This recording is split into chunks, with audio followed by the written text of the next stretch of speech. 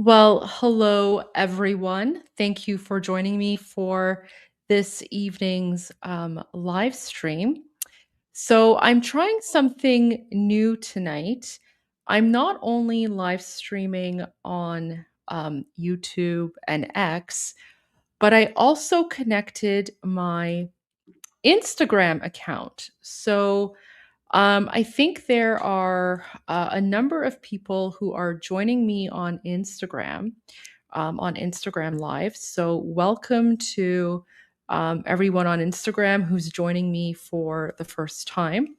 I'm also connected to my Rumble account. So, I'm testing that out as well. Now, of course, I literally I just opened my Rumble account earlier today. So I don't think I'm going to have any views on Rumble, but I just wanted to give a hello to everyone who is watching on Instagram. Um, I just want to say to everyone who's watching me on Instagram, I'm not able to see your Instagram comments. So if you want to join the live chat, you should um, join me on my YouTube live stream.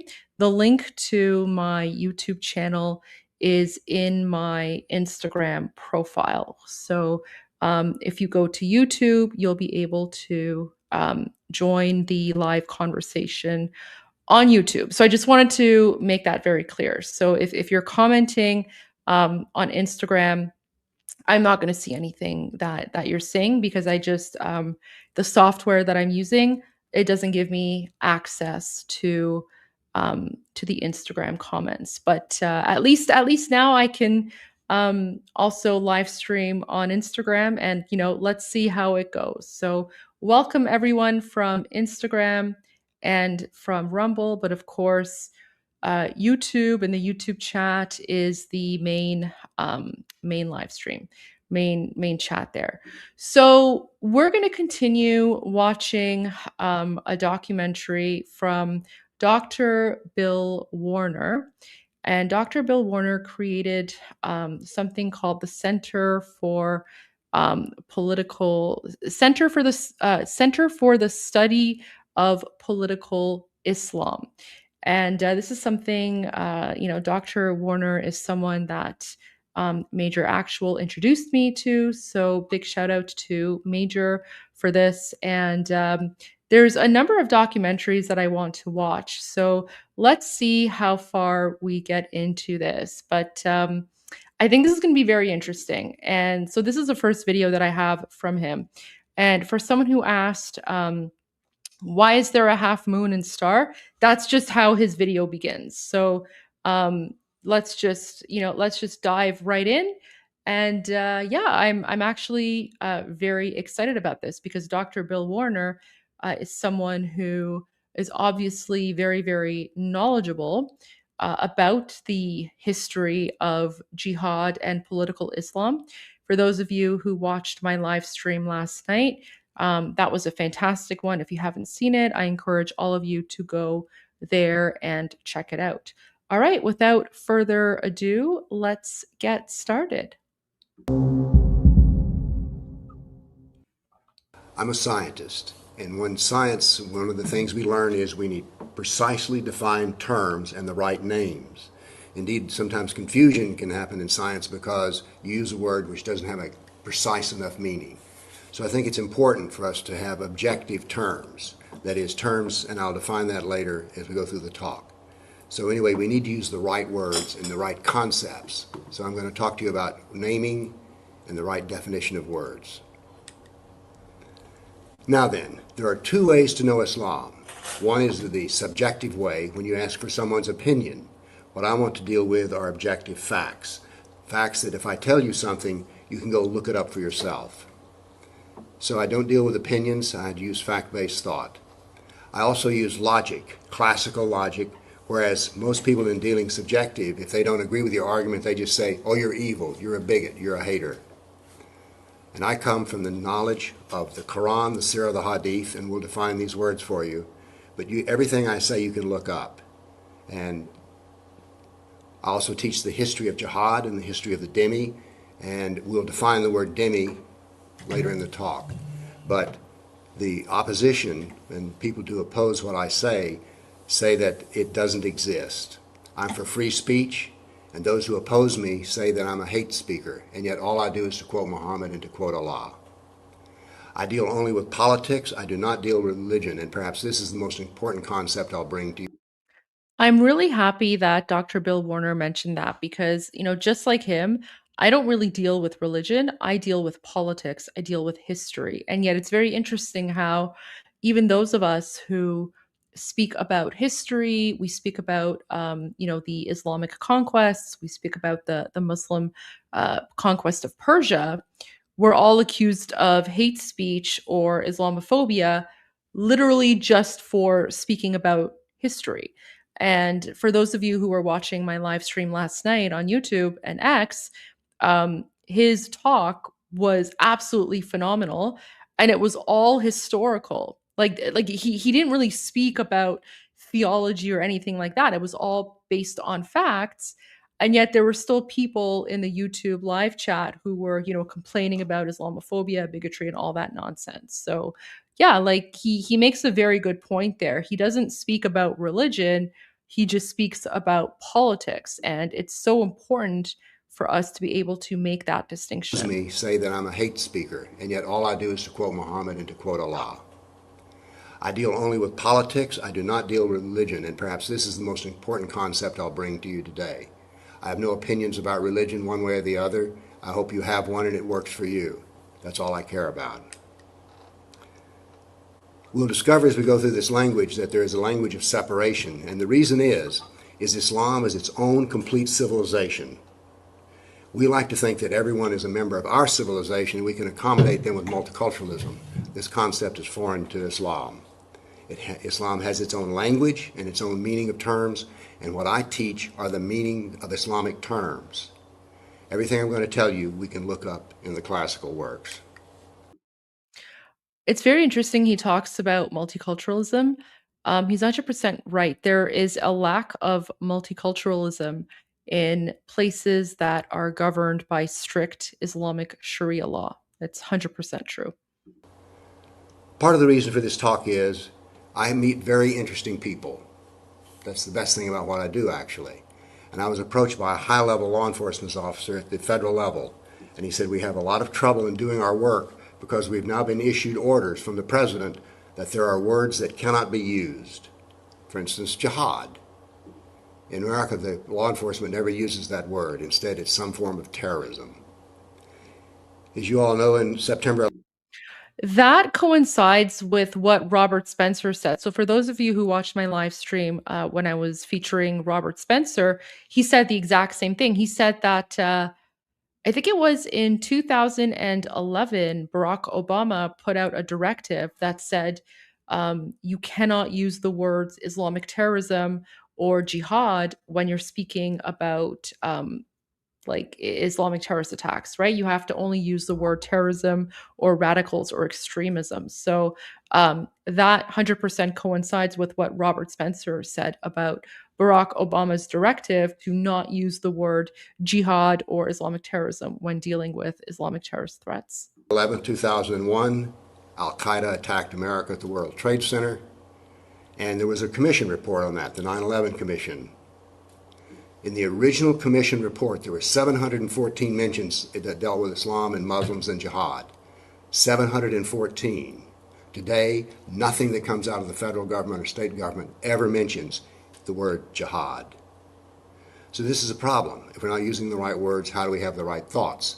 And that's what this law enforcement director said. He said, we cannot have meaningful discussions because these words that we're using don't really have a precise meaning. These are subjective names. Terrorism. Why is terrorism a subjective word? Well, it doesn't really occur in the doctrine. Violent extremism was something that Obama brought to the table, and combating Islam was transformed into combating violent extremism. Well, there is violence in the Sirah, but nowhere in the Islamic works do they ever refer to themselves as violent extremists. Then another popular one in America is moderate Islam and radical Islam. You can read all the Quran you want, and you'll never find those words. And then we have moderate and radical Muslims. One of the things we'll learn to do today is to distinguish between a Muslim and Islam. Now that may seem simple, but I find in the media there's an absolute confusion about this. So the part where he says that the Quran does not make a different distinction between moderate Islam and radical Islam, um, at this point, like Dr. Warner could pretty much be Iranian. Like one of the reasons I kind of laugh when he says certain things is because these are things that we Iranians know, and we say these things in our own language, when we're having our own conversations. But to hear, a non-Iranian say these things, and I'm just like, "Oh, okay, so other people know what's going on. Interesting." Everything I'm going to teach you about the words to use comes from Islamic doctrine. Here's the beauty of this. Everyone can get the same result I got. Just look it up. All right. The term submission is used for Islam, and who do we submit to? We submit to Allah. Where do we find Allah? We find it in the Quran. Now, here's something interesting about the Quran. When you read it and you have knowledge of Islam, there is not enough to practice Islam found in the Quran. It's simply not there. It says to pray, but how to pray. It says to donate to charity, but how do you do that? So the things that every Muslim does, the 5 pillars, are not found in the Quran. What's important is that the Quran tells us in 91 different verses that every Muslim, and it even goes further and says that every human being is to live their life exactly like Muhammad did. 91 verses. So this is not just a verse or two. The entire Quran basically points to Muhammad and says, be like him. Where do we find Muhammad? Well, we find a lot about Muhammad in his biography called the Sirah. It's 800 pages of fine print, and we know more about Muhammad's personal private life than I know about George Washington's private life. We know incredible details, his bathroom habits, his sexual habits, how he spoke, what kind of camels he liked. We know a lot about him. Then we have the hadith, which are little traditions. So let's go through and define some of these. First definition: Islam is the doctrine found in the Quran, the Sirah, and the Hadith, the three books.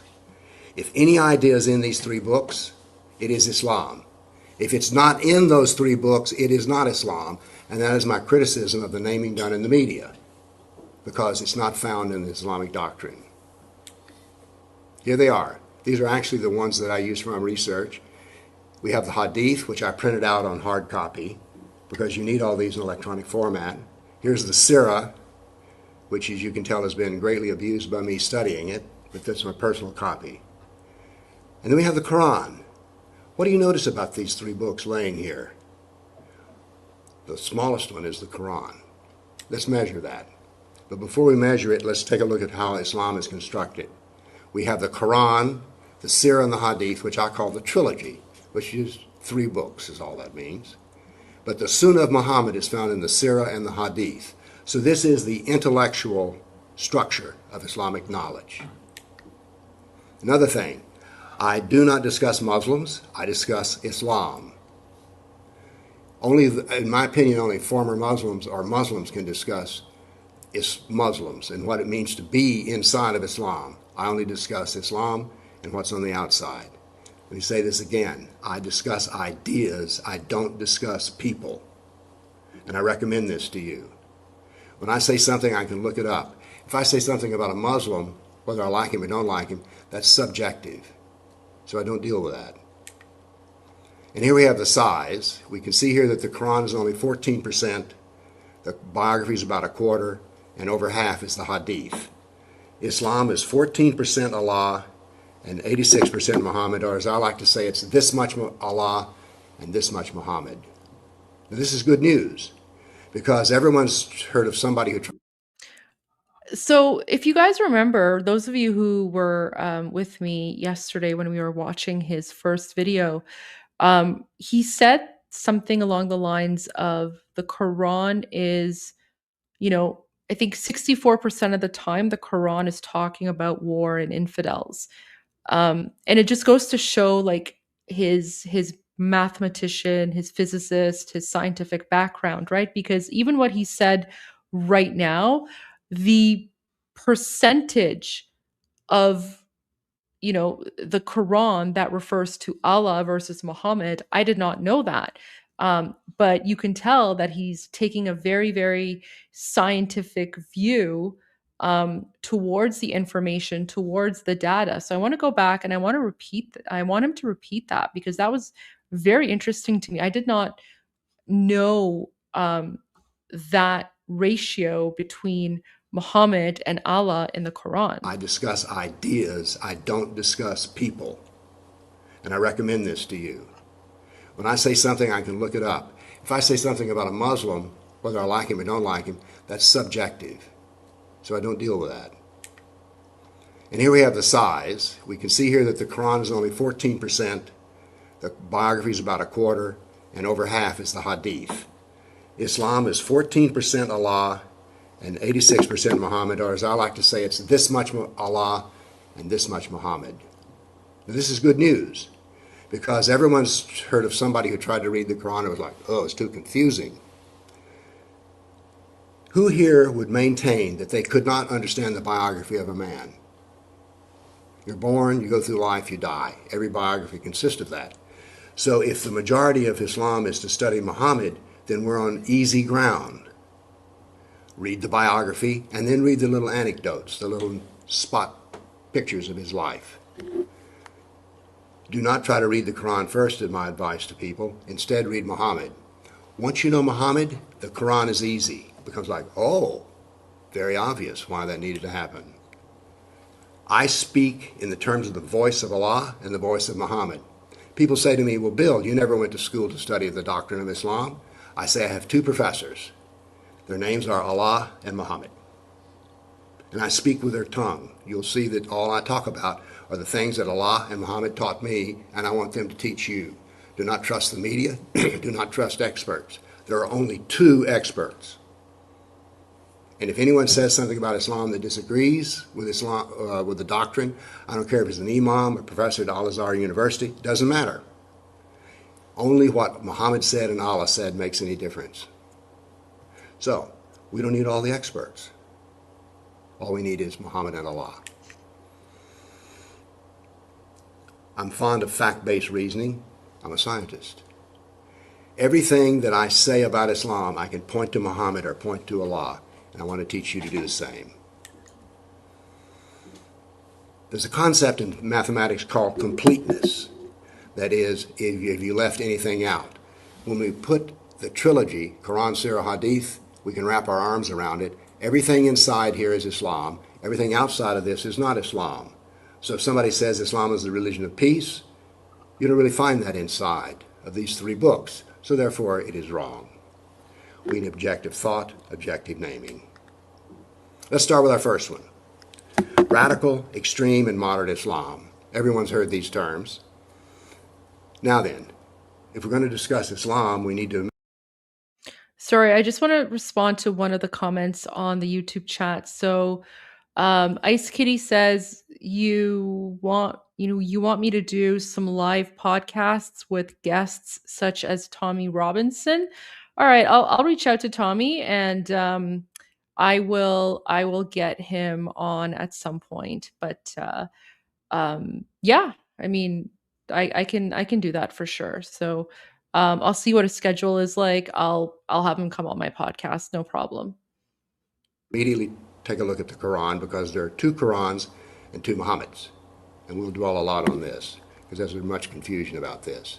But radical is not a word found in the Quran, the Surah, the Hadith. So I say it's not applicable. I don't use that term. And there are two Muhammads, and we'll see what those two Muhammads are. Before we can discuss any further, we have to talk about a concept of dualism, which is a concept that I discovered. I would say that this is perhaps my biggest discovery, was to use statistical analysis and to show why Islam is so confusing.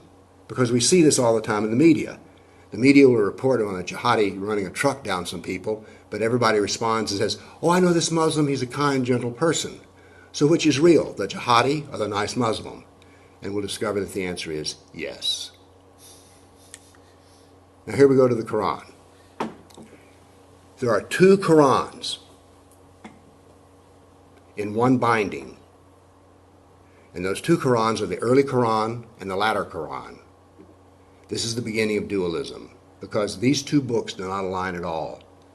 The two Qurans, the early and the latter, or Meccan Quran and Medinan Quran, are so different that I could take a class of high school students and with a 1-hour lecture and give them what in America we call a cheat sheet, that is the rules written down on one piece of paper, and a stranger could come into the room, talk to these students and say, here's a verse, read you the verse. And the students would be able to look at their sheet and go, oh, that's from Mecca.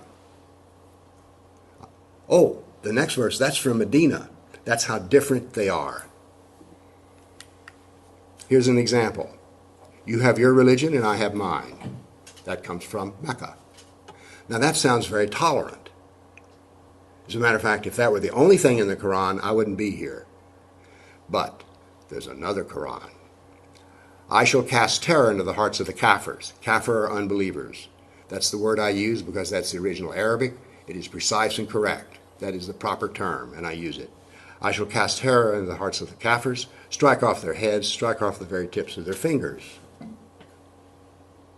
Now my hobby is woodworking, and I use very sharp power tools. And one of the things you learn when you're doing woodworking is you don't want your fingers in the way of those sharp tools. You don't want the tips of your fingers cut off. I've met men who've done this. So when the Quran says that the kafirs can have their fingers cut off, I'm like, ooh, I don't like that, because I've seen what happens to people when that happens. Let's talk about the two Muhammads. This is the growth curve of Islam. For some reason or another, no one has ever produced this curve before, and this curve comes from the Sirah, the biography of Muhammad. Once you have this idea, it's very easy. Here's a summary of Muhammad's life. He preached the religion of Islam for 13 years in Mecca, converted 150 Arabs to be Muslims. That's about 10 a year. That's not a growing business. That kind of reminds me of did you guys see that gosh, it was recently on the news where the Islamic Republic, I think they spent like millions of dollars and 6 years trying to convert Japanese people to Islam in Japan. And by their own admission, they failed and they were only able to convert one person, and he wasn't even Japanese. Do you guys remember that? Let me see if I can find it. Um, it was like one of the funniest headlines. It was like recent too. Iran, Japan. Let me see if I can find it here. It would be, yeah. Oh, here we go. Here we go, guys. Yeah. So what he just said about like when Muhammad was trying to convert people peacefully, and within 13 years he only converted like 150 people. Um yeah. Let me, it reminds me of this here. Um so, so funny. Um and this is literally their own admission, right? Where's the screen? Here we go. So an official from the Islamic Republic literally says in Farsi, "We poured millions into spreading Islam in Japan. After 6 years, only one person converted, and he wasn't even Japanese." تو ژاپن رفتم فلان دستگاهی که بیش از 1000 میلیارد داره در سال بودجه. Guys, okay, so he's speaking Farsi here, so I'm gonna play the whole video, and then I'll go through it like sentence by sentence, and I'll translate for you guys. تو ژاپن رفتم فلان دستگاهی که بیش از 1000 میلیارد داره در سال بودجه داره میگیره وظیفه داشت که ژاپنی ها رو مسلمان کنه. در طول 6 سال یه نفر رو مسلمان کرده بود. بعد فهمیدیم اونم ژاپنی نیست. یه کارگر میگم بوتانی کجاییه. تو ژاپن رفتم. He's so angry. He's so angry. Okay, all right, okay. So I'm gonna go through this like sentence by sentence, right? تو ژاپن رفتم. So he's like, I went to Japan. فلان دستگاهی که بیش از 1000 میلیارد داره در سال بودجه داره میگیره و We had a budget of, millions of dollars, which by the way, screw you guys, because, or like the Islamic regime, because while people in Iran are starving and have no water or electricity or heat, like you Islamic terrorists are spending hundreds of millions of dollars in Japan trying to convert them. But anyway, so he admits that the Islamic Republic spent hundreds of millions of dollars in Japan trying to convert the Japanese people. وظیفه داشت که ژاپنی ها رو مسلمان کنه. And then, you hear him say Japoni haro mosalmun kone, which means it was, the purpose was to convert Japanese people into Muslims. در طول 6 سال یه نفر رو مسلمان کرده بود. And then he says, in only 6 years, after spending hundreds of millions of dollars, they were only able to convert one person. He says one. See the finger? One person. نفر رو مسلمان کرده بود. بعد فهمیدیم اونم ژاپنی نیست. And it's like, and then we found out he wasn't even Japanese. یه کارگر میگم بوتانی کجاییه. He was a foreign worker. I don't know where the hell he was from. ژاپن There you go. So, what Dr. Warner was just saying about how, when Muhammad tried to peacefully convert people to Islam, no one wanted to convert. Yeah, I believe that. I believe that because even today, in this day and age, the Islamic Republic of Iran tried to peacefully convert the Japanese people.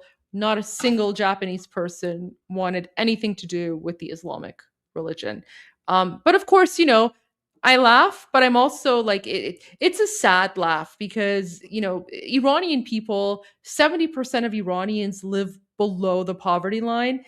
And instead of investing those hundreds of millions of dollars into Iranian people to make Iran a better country, the Islamic Republic is spending the money trying to, convert other people in other countries to Islam because their priority is Islam and Jihad. Their priority is not the Iranian people. So I hope that also gives you a better understanding of why we Iranians, we hate the Islamic Republic. We want nothing to do with the Islamic Republic. And in fact, we don't really want anything to do with Islam or religion at all. Like, we're just sick of this nonsense because this is just what they've been doing. But there you go. All right. So let's go back to Dr. Bill Warner. So now, when he talks about how, when Muhammad tried to peacefully convert Muslims, people to Islam, and it didn't work, there's literally modern day examples of that as well, as you can see with the people of Japan. One of the things you learn when you're doing woodworking is you don't want your fingers in the way of those sharp tools. You don't want the tips of your fingers cut off. I've met men who've done this. So when the Quran says that the Kafirs can have their fingers cut off, I'm like, ooh, I don't like that, because I've seen what happens to people when that happens. Let's talk about the two Muhammads. This is the growth curve of Islam. For some reason or another, no one has ever produced this curve before, and this curve comes from the Sirah, the biography of Muhammad. Once you have this idea, it's very easy. Here's a summary of Muhammad's life. He preached the religion of Islam for 13 years in Mecca, converted 150 Arabs. So that was my example. Modern day example, Islamic Republic spent hundreds of millions of dollars in Japan in 6 years, only converted one person. That's even a worse outcome than Muhammad. At least Muhammad did more than one person in 6 years. To be Muslims. That's about 10 a year. That's not a growing business. But he was driven out of Mecca. He moved to Medina, where he had some partisan followers. That is, there were already Muslims in Medina. And he became a jihadist and a politician. I'm not making this up. It's exceedingly clearly written. So we have two different Muhammads, because there is no jihad in Muhammad's life in Mecca. But there is enormous jihad in Medina. Muhammad, in the last 9 years of his life, was involved in 95 events of jihad. That's about one every month. That's about one a month. So what we see here is jihad is systemic. It is part of the doctrine. It's not a verse or two. In America, people like to say, well, there's a verse or two. No. All right. As you can tell, I'm a scientist. I love graphs. Now, what do we have here? I've plotted the amount devoted to jihad. In Mecca, there is no jihad. In Medina, 24% of the Quran in Medina is about jihad. Systemic doctrine, not a verse. The Sirah, the biography of Muhammad, 2/3 of his biography deals with jihad. Think about that. In the Hadith, 21%. So the trilogy with 3 books is nearly a third, 31%, devoted to jihad. It's not a small part. Now let's go back here to Muhammad's career. At the end of Medina, when he died, every Arab within his political horizon was a Muslim. So, since that's what made him a success, why would Muslims abandon this? Do you understand my point here? Now then, when you read the Quran, you're struck with the amount of Jewish material in it. Indeed, the Meccan Quran, the early Quran, has an enormous amount of Jewish material. The story of Moses is told 38 times. There's very little Jew hatred within the early Meccan Quran, and that only comes in the last year. But in Medina, the Quran devotes 17% of its text to Jew hatred. So we ask the question, is Islam favorable to the Jews? The answer is yes. Is Islam condemning of the Jews? The answer is yes. 12% of the Sirah is devoted to Jew hatred, 8.9% of the Hadith. The total trilogy is over 9% devoted to Jew hatred. And yet part of it absolutely praises the Jews. Now, the gold standard in America for Jew hatred is Mein Kampf. I've read Mein Kampf, and 7% of the paragraphs in Mein Kampf deal with Jew hatred, whereas 9% deal with the trilogy. Let's look at this dualism, which is what I call it. We have anti-Jew text, yes and no. We have jihad, yes and no, because there's 24% of it in Medina, none in Mecca. The growth of Islam, we see that there are 2 different Muhammads, a peaceful religious Muhammad and a jihadist Muhammad. And here we have just the reminder that there's different verses in the Quran. Now, people spend an enormous amount of time trying to resolve the question, which is it? Is Islam peaceful or is Islam warlike? Because in our mind, these two things contrast, and you can't be both. But in science, we do have such things. The electron can be matter or it can be energy. So you ask the question, is the electron pure energy or pure matter? And the answer is yes. They're both. This cannot be divided. We can't say, well, let's talk about it, because I think it would be better if the electron were matter, not energy. Then you can show all the evidence for it having a material basis, but then the person would say, look, there's just as many experiments which show it's pure energy. It cannot be resolved, and in science, particularly quantum mechanics, we embrace this as the dual nature of reality.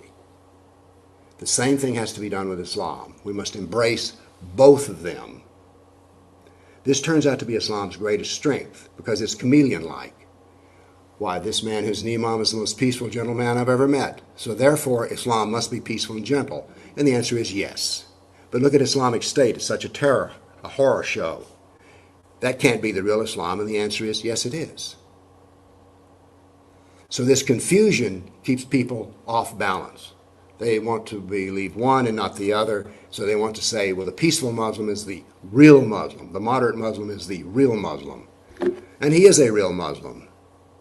But so is Islamic State jihadist. Now, we're going to deal with the word kafir here. I've studied religious text all of my life. When I was 16 years old, I taught the adult Bible class at my church. My first job was to be a minister. So I've been studying religion all of my life. I've studied Buddhism in depth. I've studied Hinduism in depth. My first study of Islam came when I was 30 years old, and I studied Sufism, mystical Islam. But when you read all the text of Buddhism, Christianity, Judaism, and Hinduism, you're struck with how much of their doctrine is about how to be a Christian, how to be a Hindu, how to be a Buddhist, how to be a Jew. But most of the trilogy, those 3 books, is about me. This is very odd. Now then, Christians, there is a term for religious terms inside of Islam for Christians, Jews, pagans, polytheists. Those are all religious terms. But the Christian can be treated just like the Jew, just like the Hindu, just like the Buddhist, just like the atheist. So we need a common political word, and the text gives us this word. That word is kafir, K-I-F-R, or K-A-F-I-R. Kafir. That's what the Quran calls me. Well, we pronounce it kafir in Farsi. When you read a book of tradition, say by a manual on Sharia, and it says the unbeliever, in the Arabic it doesn't say unbeliever. It says kafir. The reason I use that word is unbeliever is a neutral kind of term.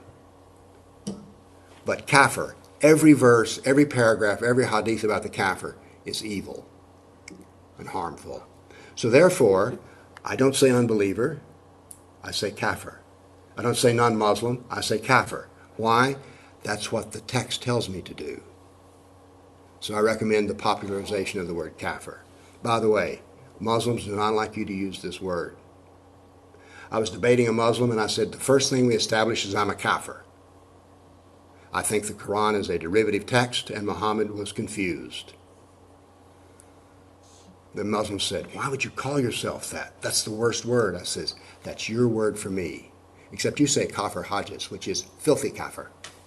Those are your dirty words, and I know your dirty words, and I will use those dirty words because it's the same word Muhammad used, it's the same word Allah uses.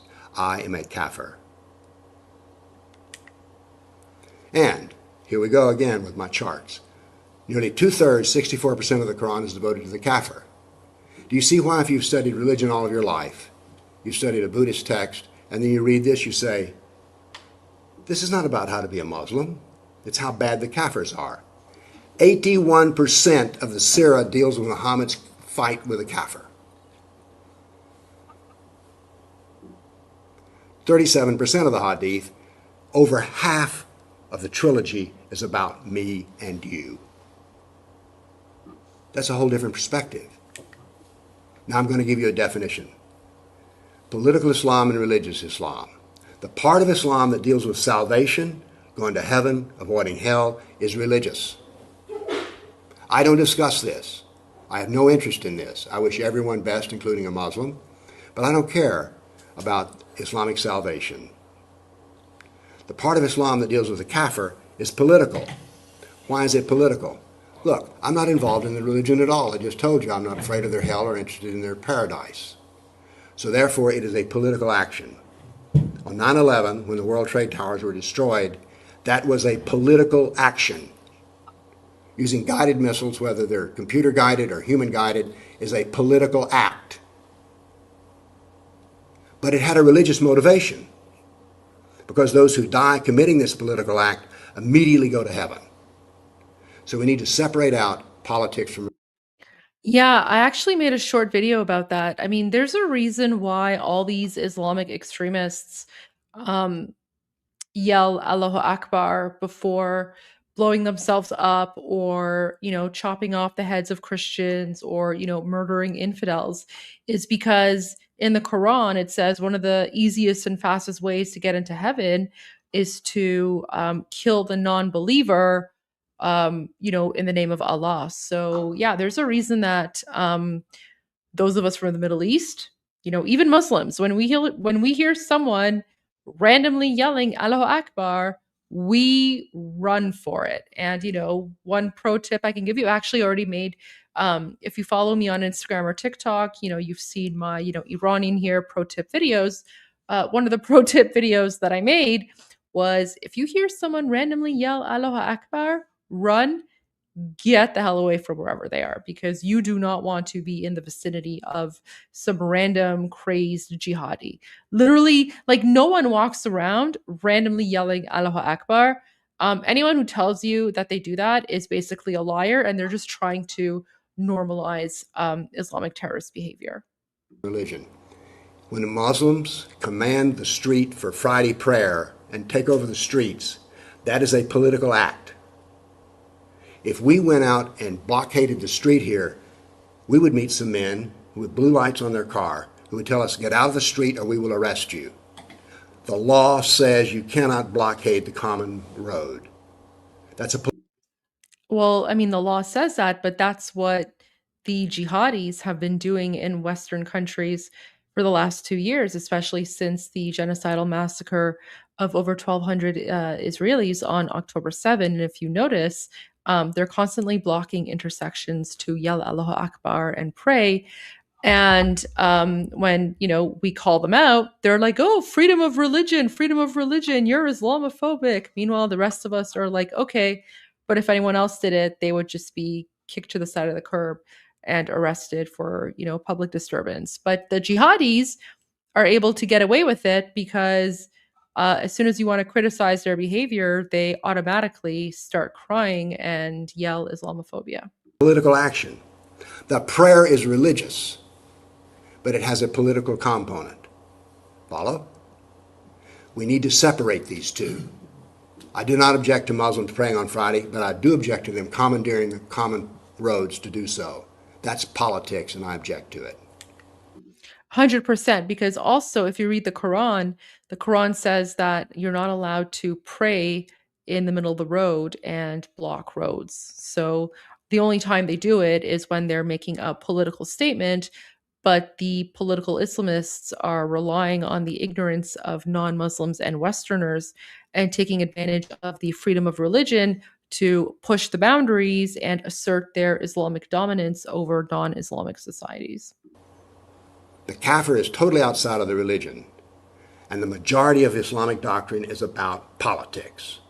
This is something we can talk about. I don't want to discuss the religion at all, have no interest in it, but I will discuss the politics to my dying day. The beauty of this is, in America, we have the First Amendment, which guarantees religious freedom. You can practice any religion you want. But it also gives us the right, with freedom of speech, to discuss politics till we die of exhaustion.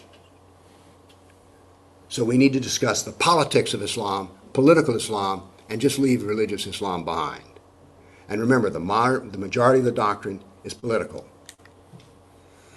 Now then, let's go back to moderate, extreme, and radical. Islam is peaceful and religious. Islam is jihad and political. Both of these statements are correct. In America, we want to say, well, which one's real? The answer is yes. This is a different way of thinking. Dualism is inherent within Islam, and we must embrace this dualism and use this dualism. Islam is Islam. Erdogan of Turkey has only said one thing that I agree with. He says there is no radical Islam. There is no moderate Islam. Islam is Islam. And I go, Erdogan, you're right. You know, a lot of radicals have said that. So, I mean, it makes you wonder when they're saying there's no radical Islam, there's no moderate Islam, there's just one Islam, you know, it kind of makes you wonder. You're like, okay, because, you know, one of the reasons that non-Muslims talk about radical Islam versus moderate Islam is because they're actually trying to be politically correct and they're trying to make a distinction between, you know, the non-practicing secular Muslim who just says they're Muslim versus, you know, the ISIS terrorist who follows the Quran, you know, to the letter, and then they go around, you know, raping Yazidi women and selling them off as sex slaves because the Quran says that they're allowed to do that.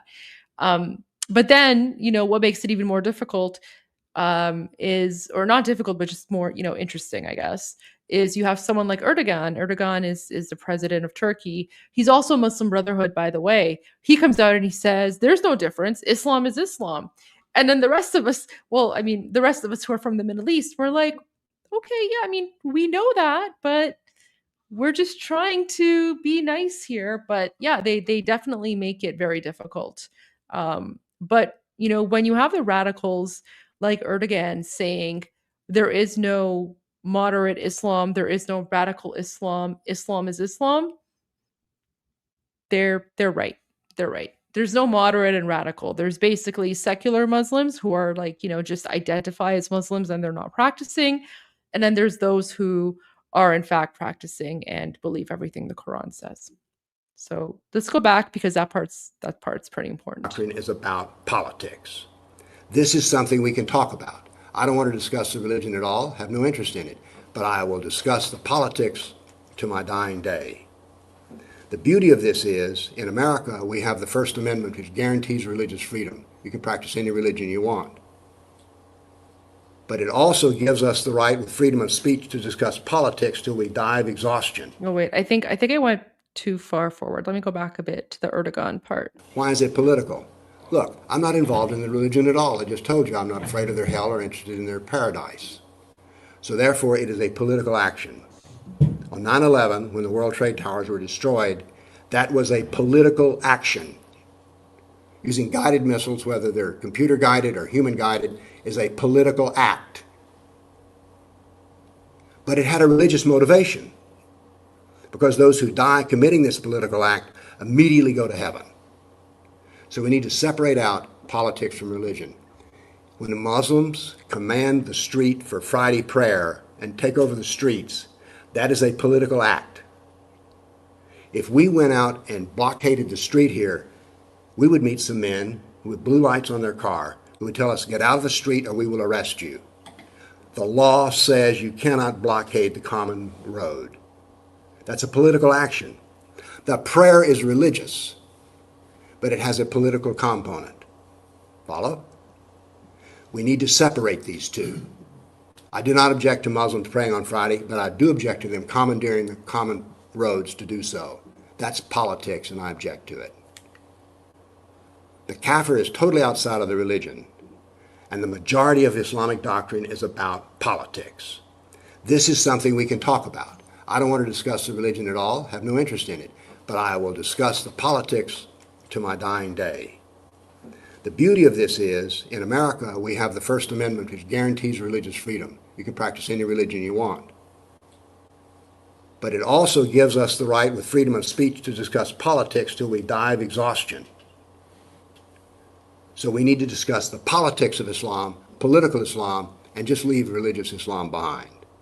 And remember, the majority of the doctrine is political.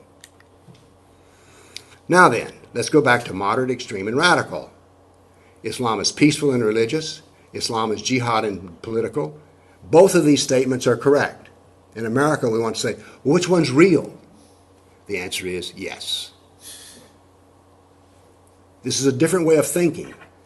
Dualism is inherent within Islam, and we must embrace this dualism and use this dualism.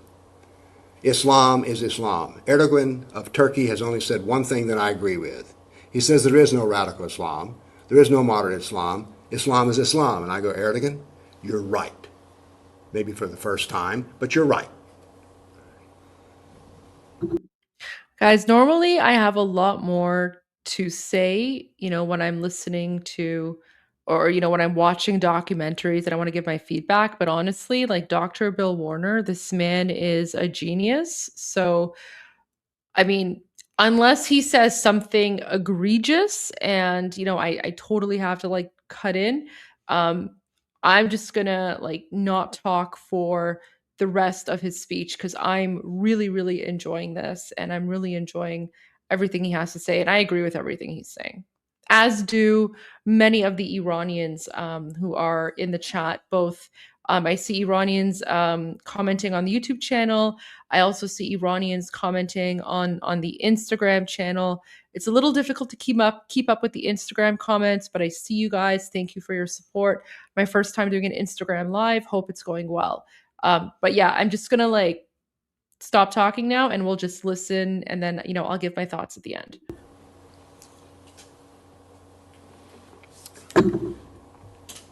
So, Islam is dualistic.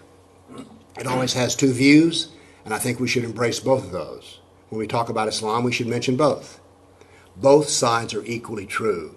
One's not better than the other, one's not worse than the other. So let's just do it. Now let's deal with the concept of a good Muslim, a nice Muslim. This is a popular concept in America. The measure of a Muslim is Islam. That sounds simple, but people have a lot of trouble understanding that. It is not up to me to say that a Muslim is good or bad. The Quran, the Sirah, and the Hadith will tell us whether a Muslim is good or bad. And how does it say about a good Muslim? They follow the Sunnah, they follow the Quran. So if they're following the Sunnah and the Quran, then they are good Muslims. That's the reason Islamic State is all of those people, the jihadis, cutting off people's heads. Those are good Muslims. How can that be? Because Muhammad repeatedly had men executed by cutting off their head. If you're supposed to follow the perfect example of Muhammad, killing a kafir by cutting off his head is pure Islam, pure political Islam. Let's embrace that. So, a good Muslim, or what we call a nice Muslim, let's use that term, is a Meccan Muslim. That is the proper word. If you follow the five pillars, you don't practice jihad, you're a Meccan Muslim. You follow the Quran of Mecca. Osama bin Laden was a good Muslim. The head of Islamic State is a good Muslim. Cruel, perhaps, but good. Moderate Muslim. Again, we want to discuss what moderate Islam means. We don't want to discuss Muslims. This is very hard for people to understand. Muslims cannot change Islam. You cannot reform something because Muslims can get together and vote on something and it has no meaning to Islam. It's just another vote. There's no authority to appeal to in Islam except Muhammad and Allah. Muslims don't create it. Therefore, to create a moderate Muslim, you need a moderate Islam, but we just covered the fact there's no such thing as a moderate Islam or a radical Islam. There's only Islam. It's true. This is hard for people to understand because they want to think that the good Muslims can all get together and create a good Islam. All the Muslims in the world, 1.6 billion, the number seems to be lately, if all 1.6 billion Muslims said, jihad is wrong, we will not practice it, they would not change a single letter of Islam. Muhammad's example is eternal. The Quran is eternal, perfect, universal. Perfect. How do you change something that's perfect? How do you reform something that's perfect? Muhammad's life was perfect. So if you're going to reform Islam, that means you have to take something out of Muhammad and out of the Quran. You can't do that. It doesn't work. It's like saying, well, on the numbering system, we'll take away all the even numbers. You can't do that. So the moderate, practices the Meccan Islam, he practices the 5 pillars. But he's not the best of Muslims at all. A moderate Muslim is a nice Muslim, so they don't practice Medina. Now then, let's talk about the extremist, who is not extreme, the jihadist. He is a Medinan Muslim because he practices the Quran of Medina and the Hadith of Medina. So these are the proper words, Meccan Muslim and Medinan Muslims. Now these words are not commonly known, but I have no objection to using words which create a question. So I think we should use these terms. A person says, what do you mean Meccan Muslims? Well, let me tell you about the life of Muhammad. He's a Medinan Muslim. What do you mean, sir?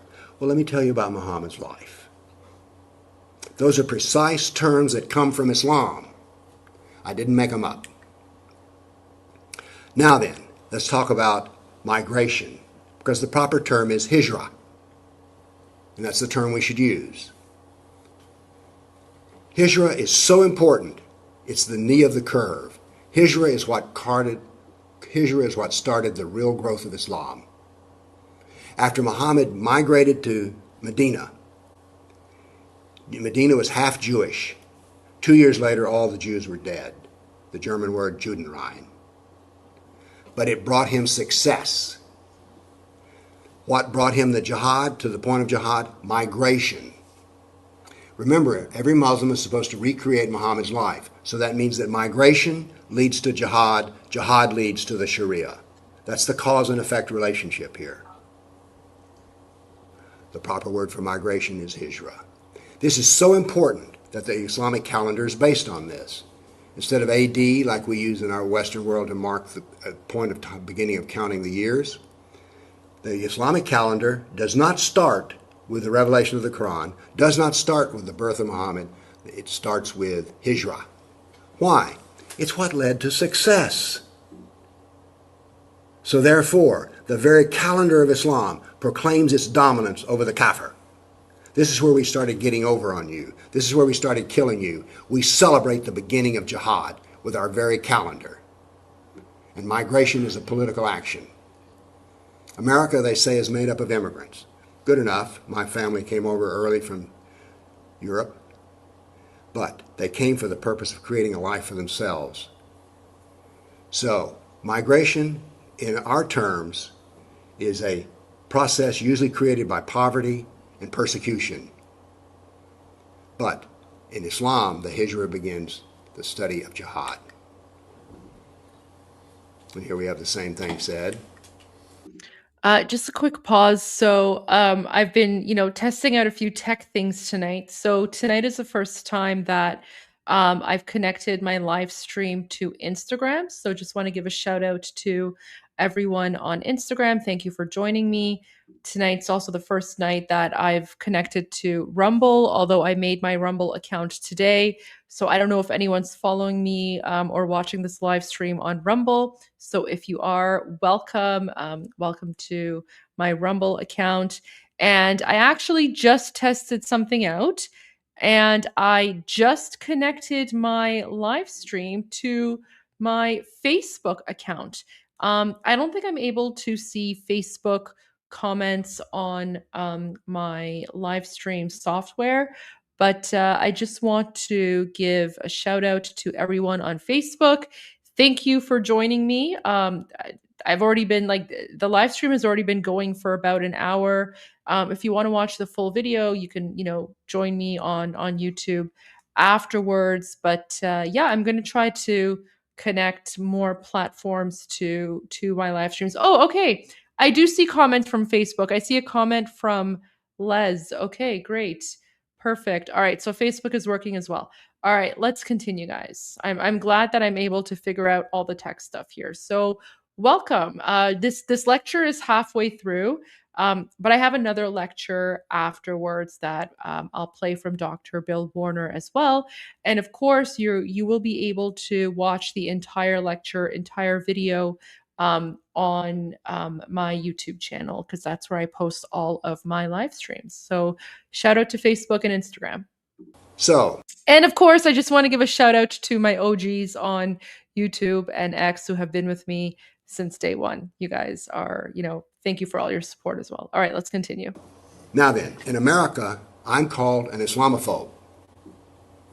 As a matter of fact, I'm proudly one of America's top 10 Islamophobes. That is a mark of success. It's hard to be top 10 at anything, but I'm a top 10 bigot. Yes. Now then, they say I'm Islamophobic. Now, most people focus on the phobia part of Islam and say I'm not crazy. I want to focus on the Islam part, not the phobic part. The Quran says to kill and hate the kafir. The Sunnah says I can be beheaded, assassinated. Muhammad had intellectuals assassinated who disagreed with him. I'm an intellectual who disagrees with him. Should I be afraid? The Sunnah says I should be afraid. Is it psychotic to be afraid of jihad, assassination, and executions? No, that's called common sense. A friend of mine who was a decorated Marine in the Vietnam War said, fear is good. Fear will save your life. So, I'm afraid of Islam. I'd be stupid not to. But I'm not phobic. I'm playing heads-up ball. Not just me, but any kafir who disagrees should be afraid of assassination, beheading, and executions. Why is fear of harm called bigotry? Because the people who call me this don't know anything about Islam. They are profoundly ignorant. They may own a newspaper, but they don't know anything about Islam. Jihad is not terror, and violent extremism is not jihad. A jihadist is not a terrorist. Jihad is a term that's been used for 1,400 years. The word terrorist or extremist has just been used in this century. Let's use the right word. It's been around for 1,400 years, and it's the word that the Quran and the Sirah and the Hadith use. Why should we be ashamed of using the words of Allah? Why should we be ashamed or wrong because we use the words of Muhammad? I'm just doing what it says. I read the playbook. On 9/11, my phone began to ring off the wall with people saying to me, Bill, you said something would happen. How did you know? I read the playbook. When Osama bin Laden called America to Islam, I went, whoa. A chill ran down my spine. Why? Because Muhammad called his enemies to Islam before he attacked them. So, I use the word jihad, the J word, because that's the word of the doctrine. Now let's get this clear. There's 4 kinds of jihad. Muslims will proudly tell you, oh yes, the real meaning of jihad is inner struggle. That's true, but we'll see how true. There's jihad of the sword, the jihad of communication, pen and speech, and the jihad of money. Then there's the inner struggle jihad. Now then, I love precisely defined terms. The jihad of inner struggle, let's do the math. 21% of the Bukhari's hadith are about jihad. Of these jihad hadith, and there's about 7,000 of them, so that's about 1,400 hadith are about jihad. Of those 1,400 jihad hadith, 2%, actually less than 2%, I'm being generous, 2% are about jihad as inner struggle. 98% are about beheading and attacking the kafir. Guys, I've actually done several videos on this where I've literally explained that jihad, he's absolutely right. Like, maybe 2% of jihad is about internal struggle, but the other 98%, like he said, it's literally about beheading. And it's wild to me, absolutely wild, that you have these Islamists in Western countries and, you have these like Islamist lobby groups who are out there trying to confuse Westerners by telling them, "Oh, jihad is an internal struggle. If you think jihad means blowing people up, you're Islamophobic." Meanwhile, the rest of us who are from the Middle East, we're just like, we're just like, are you serious right now? Are you kidding me? We all know what jihad means. And anyone who tells you that jihad is anything other than, yelling Allahu Akbar while you're blowing people up, they're lying to you. They are lying to you. Sure. 2% of jihad might be an internal struggle, but the other 98% is murdering people in the name of Allah. And do you really want to risk it when you have, some crazy person yelling Allahu Akbar running at you, or when you have, all these pro Hamas, pro Palestine people who are blocking your intersections and they're yelling for jihad while they are literally dressed up like Islamic terrorists, right? I mean, at some point you just have to like go, okay, that's enough multiculturalism and diversity, because there's one thing to be, accepting of different cultures, but you should also be able to say, you know what, maybe I don't want to accept a terrorist ideology that believes in jihad, right? But this is how they infiltrate Western societies, by um, changing the meaning of words, by obfuscating language, and just by confusing people who are not familiar with these sorts of concepts. And then those of us who speak out about it, they try to silence our voices by accusing us of Islamophobia, right? So there you go. But he's absolutely right when it comes to jihad. I want to go back here because I want you guys to listen to what he just said here about jihad. 100% accurate. Why? Because Muhammad called his enemies to Islam before he attacked them. So I use the word jihad, the J word, because that's the word of the doctrine. Now let's get this clear. There's 4 kinds of jihad. Muslims will proudly tell you, oh yes, the real meaning of jihad is inner struggle. That's true, but we'll see how true. There's jihad of the sword, the jihad of communication, pen and speech, and the jihad of money. Then there's the inner struggle jihad. Now then, I love precisely defined terms. The jihad of inner struggle, let's do the math. 21% of the Bukhari's hadith are about jihad.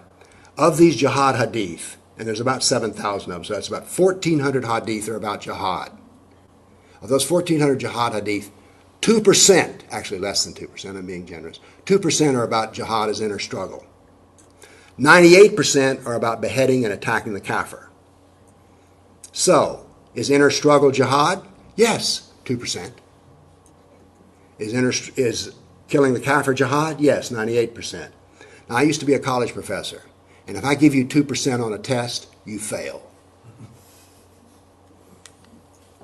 Jihad is not holy war. Don't ever do that. Jihad is struggle. The German word for jihad would be Kampf, I believe. It's not holy war, it's not terror, it is a systemic doctrine, and to use the word jihad is the right word. Here's the profound understanding of jihad. It is civilizational war. The genius of Muhammad was to create a new form of war, a war not based on kinetic war. The United States excels at kinetic war. If we have an enemy, all we want to do is to meet them in a plain of battle, and we will kick their butt. Bullets and bombs and blood, we do that well. But the Muslim Brotherhood does not practice that kind of jihad. They practice the jihad of money and the jihad of persuasion. We're not good at that at all. And the power of the money jihad. By the way, in Islam, the man who gives money to the jihadist gets the same reward he gets. A guaranteed seat in heaven. The jihad of money is quite powerful. Let me illustrate this. Chechnya used to be the form of Islam called Sufism. Then came the Wahhabi Muslims, the Saudis, and they started putting Saudi mosques up, teaching the real doctrine of Islam. If I were going to be a Muslim, I would become a Wahhabi Muslim, because they do it pure. Now then, I was speaking with an Afghani who dealt with the war. He was one of our spies, and they were asking about the Chechens. And he said the Chechens were the supreme best jihadists. So the Saudi money jihad transformed Chechnya from a fairly harmless form of Islam, Sufism, to a very violent form. That is the jihad of money. Civilizational war, brilliant. So therefore, for instance, the assertion that German schoolgirls should wear a hijab to school is part of civilizational war. The demand in the prison system that the inmates be served halal food is civilizational war. The fact that Muslims say to me, Bill, you can't criticize Islam, that's part of civilizational war. Yeah, it's true. Jihad is eternal, jihad is global, and jihad is the success marker of Islam. So you think they're going to stop with jihad? That's stupid. No. Of course not. It works. Hijra is a form of jihad. It's 1,400 years old. Now I want to show you about a dynamic map of the jihad of the sword, which by Guys, if you didn't catch that, so those of you who watched my live stream from yesterday with Dr. Bill Warner and his other documentary, so Hijra refers to migration, or, in this case, immigration, right? So Hijra is immigrating from Muslim countries to non-Muslim countries. the way is the least dangerous form of Islam. That may sound quirky. Let me explain that to you. On 9/11, 3,000 people, Americans, died. Now, in the history of a nation, losing 3,000 people is not, I don't mean this to sound cruel, it's not from a historical perfection a bad thing. It's not a big thing. There's been other things that have killed more than 3,000 people, cigarettes. So the sword jihad is the least harmful part. But it's a 1,400, let me show you these 548 battles. What happened was, I read a huge thick book that was written on the archaeology of history. And in the back of this book, they were translated some excerpts from historic documents that had never been translated before. These contain battles of jihad that I'd never heard about. Most people only know about 5 big battles of jihad. So I started doing a lot of internet research, and I created a database of 548 battles that Islam fought against classical civilization. Now, how do you display 548 battles? I could give you a list, but you wouldn't look at it or read it. So I created what I call a dynamic battle map. The white dots are the current battles. The red dots include the past ones. And I think as we watch this, it'll become clear. Bang! Within 20 years, look how Islam expands after the death of Muhammad. The green is Islam. Notice that Islam is projecting power across the Mediterranean, and look how quickly, these are 20-year ticks of the clock, how quickly Iran has been crushed, Syria, Iraq, half of Turkey, Egypt, North Africa, and the invasion of Spain in the year 711, and look how much attack is being done in the south of France. Notice how the islands of the Mediterranean are being brutalized. Notice something else. This is ceaseless. Why is this attack ceaseless? It's the Sunnah of Muhammad. Remember, he practiced an event of jihad about every month. This is that theory working out.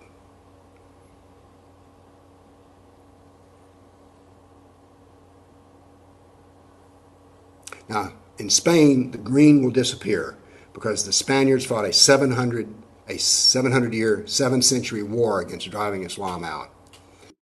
And what's interesting is that the Islamists they label that the Muslim genocide in Spain, right? Like, these people are so indoctrinated that they literally believe Spain was always Islamic, um, and they will complain about the fact that Al-Andalus was taken over by the Christians. Al-Andalus is a Muslim name for Spain, and they're constantly talking about the Muslim genocide in Spain, which is just wild, because like this is how they're constantly like inverting history and changing the narrative and engaging in historical revisionism. This teaches us the lesson that jihad of the sword can be avoided, but only through extreme use of force. Now then, we're starting to press into the Balkans. Constantinople is going to fall soon.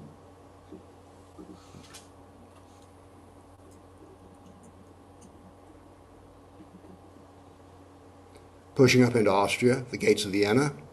Now then, the Balkans are becoming Islamic. Constantinople has fallen. And soon, on the north coast of Africa, off Tunisia, the United States will appear in the form of 2 battles fought against jihad. Because the U.S. Marines were created to fight Muslims. That was their first combat. The United States' first Navy was to fight the Islamic jihadists in the Mediterranean. Look how much it's expanded into Africa, Afghanistan, India. Notice that in Spain now, it's been driven out. And there we go. Now then, I'm also the first person, I think this dynamic battle map teaches us something, which is the jihad is relentless. Now then, as a scientist, I was also interested in the fact, well, how many people died when this was happening? And I discovered that no one had ever counted them. This tells us something. The kafir does not want to know the results of Islam. We don't want to know. We don't want to see it. We don't want to hear it. We don't want to speak about it. So I created a concept called the tiers of jihad. These figures may or may not be right. Debate me with them. We can argue about this, but don't tell me any of these figures are zero. 60 million Christians, 10 million Buddhists, 80 million Hindus, 120 million Africans, for a total of 270 million dead. The tiers of jihad. And people are dying today. Someone died today because of jihad. It is relentless. But remember this. Remember this. This is the least harmful form of jihad. Yes. So it's civilizational war. Now, terror is used in the Quran. I shall cast terror into the hearts of the kafir. But it is a tactical concept. The jihad in its biggest form is civilizational. Now then, there's a term in America, radicalization. He's been radicalized. Radicalization merely consists of saying, I'm going to practice all of Islam. Why do we call that radical? I call that fulfillment. I call that completion. He's a complete Muslim.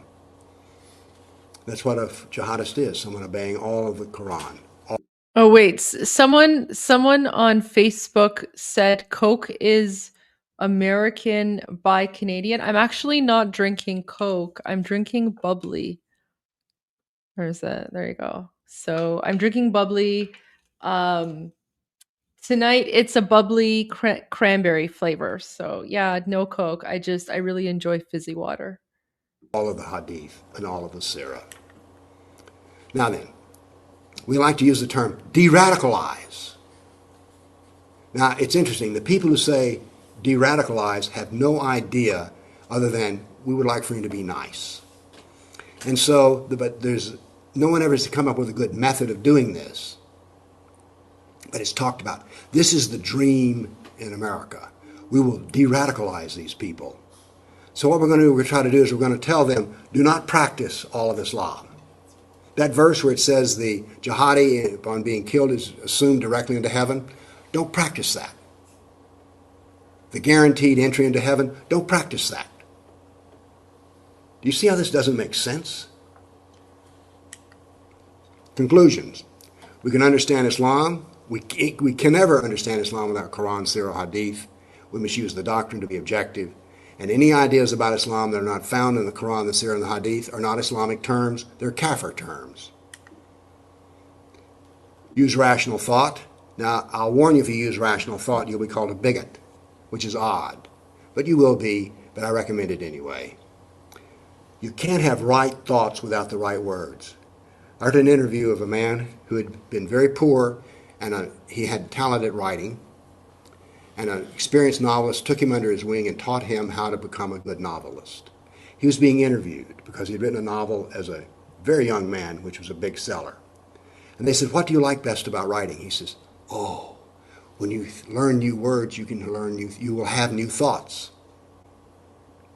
In the novel 1984, one of the ways that the government controlled the subjects was to control their language. You can't use that word.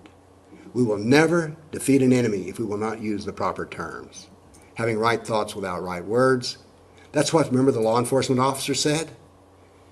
He said, we can't use the right words, so we can't have the right thoughts. Don't use politically correct. By the way, I've been accused of being politically incorrect. And We we all should have. encourage debate. Science has advanced by debate.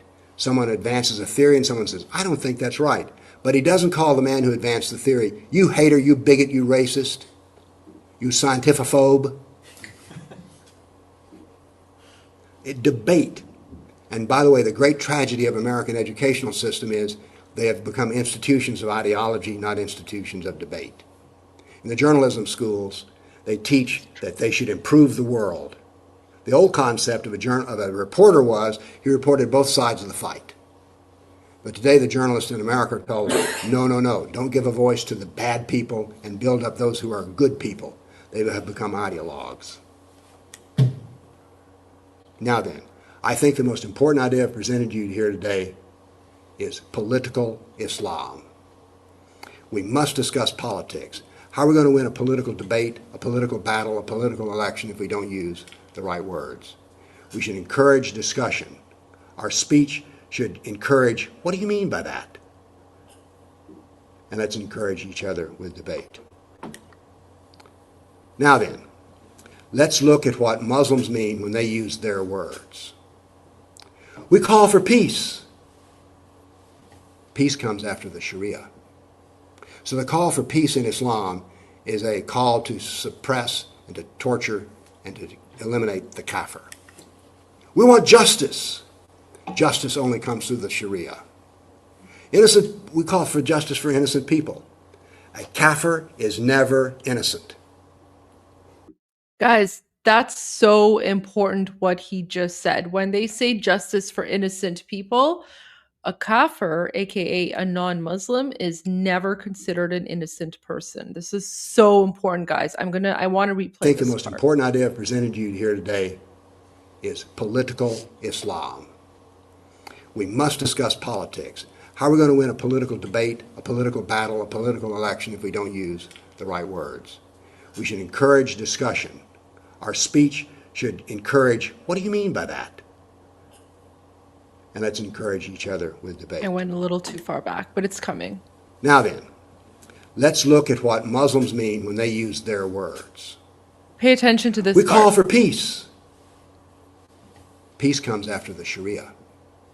So the call for peace in Islam is a call to suppress and to torture and to eliminate the kafir. We want justice. Justice only comes through the Sharia.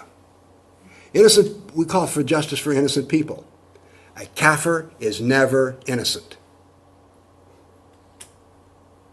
Because they're guilty of the primary crime, which is denying the validity of the Quran and the Sunnah of Muhammad.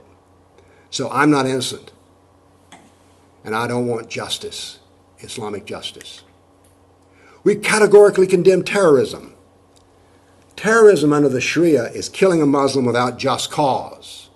Apostasy and retaliation. That is, if you kill my brother, I can kill your brother. That is what terrorism is. So when a Muslim condemns terrorism, he's condemning those who are terrorists under Sharia.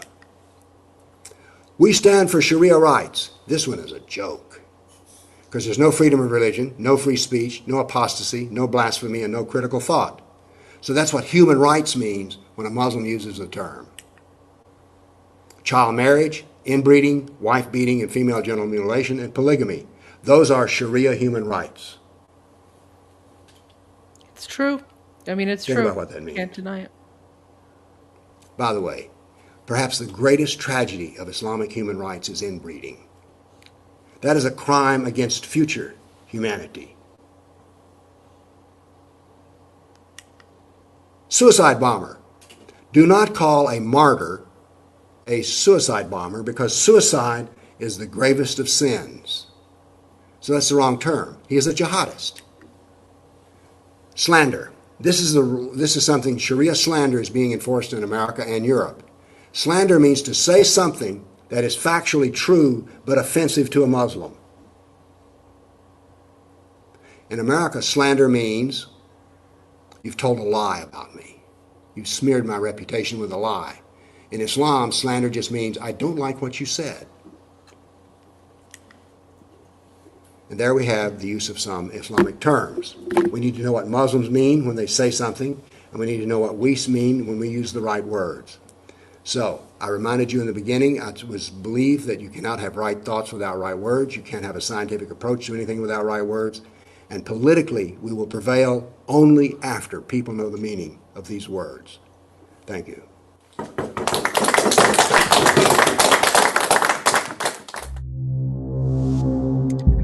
Okay, so that was very informative. I thoroughly enjoyed that.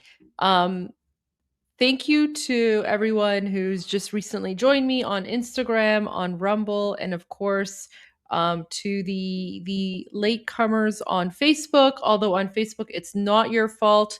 I started, or I linked the live stream to Facebook late.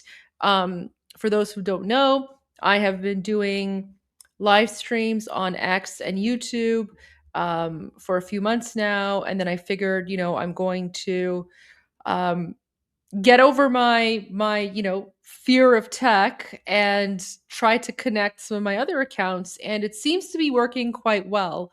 So I'm pretty happy about that. Oh, Raider, thank you so much. Good to see you, Raider. Glad you're here. Thank you for supporting the channel. I hope you're enjoying it. So guys, I didn't have a lot to say about Dr. Warner's video because, of course, the man is literally a genius. And for those of you who are watching on Instagram and Facebook, you need to go to my YouTube channel and you have to watch my live stream with him from last night, where that was the first sort of video that I showed. It was by the suggestion of one of my paid channel members on YouTube. Absolutely phenomenal.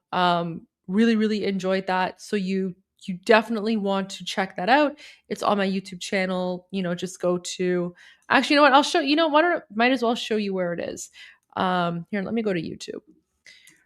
And then I actually do have another video that I want to share with you guys if you guys are interested. Okay, so let me remove this video here. Remove. All right, so here's my YouTube channel. It's just Goldie Gamari. You'll find it Gigamari. And then the video that you guys want to watch is this one here. Why we are afraid of 1400-year secret. So I live streamed this one on my YouTube channel last night. If you want to see more from Dr. Bill Warner, this is the video that you want to check out. Like, this is just absolutely phenomenal. You for sure. But yeah, so I actually, if you guys are interested, I have found another video from Dr. Bill Warner. This video is called How Islam Impacts Christianity. So if you guys are interested, I'm happy to play this video as well. It's about 53 minutes long.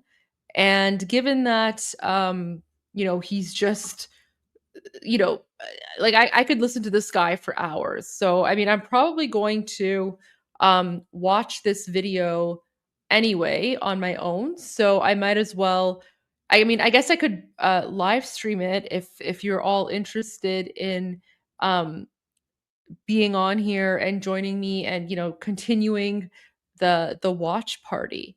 Um, so let me know. I mean, I can play this one as well. It's about another hour long, so it would probably go. All right, I see some thumbs up on YouTube. Um, Let me see. Okay, I see a yes on Instagram. Okay, so people on Instagram want to watch the second video. YouTube, yeah, okay. Um, all right, okay. So I'm going to go ahead and start the second one, but I do need to grab another can. I'm almost out of my bubbly, so I'm going to grab another can of bubbly. So let's take like, I don't know, a 2 minute break.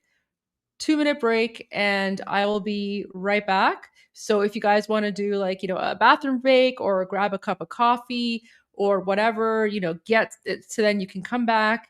We'll get settled in, and we have another approximately 1 hour lecture from Dr. Bill Warner that I'm very excited to watch. And that one is called How Islam Impacts Christianity. So let me change the background here as well. Oh, see, look how amazing technology is. So I went from history of jihad to how Islam impacts Christianity. So, all right, guys, we're going to take a couple minute break, and we'll be back. I'll be back soon, and then we will get the second part of our live stream started. So thanks everyone for being here. I'll see you in like 1 or 2 minutes.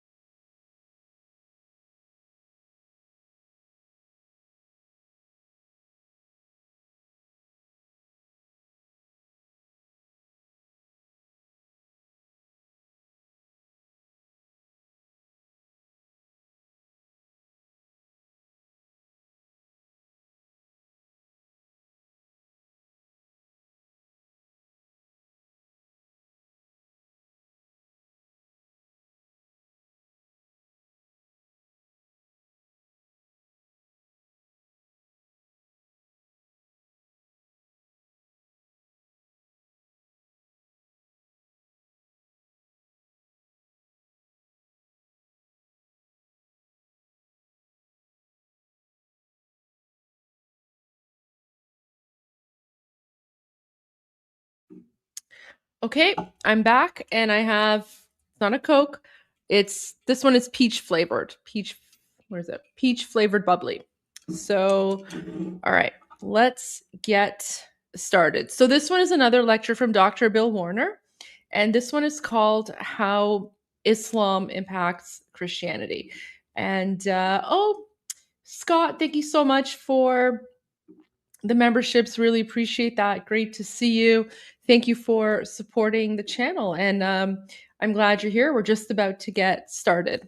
All right, here we go.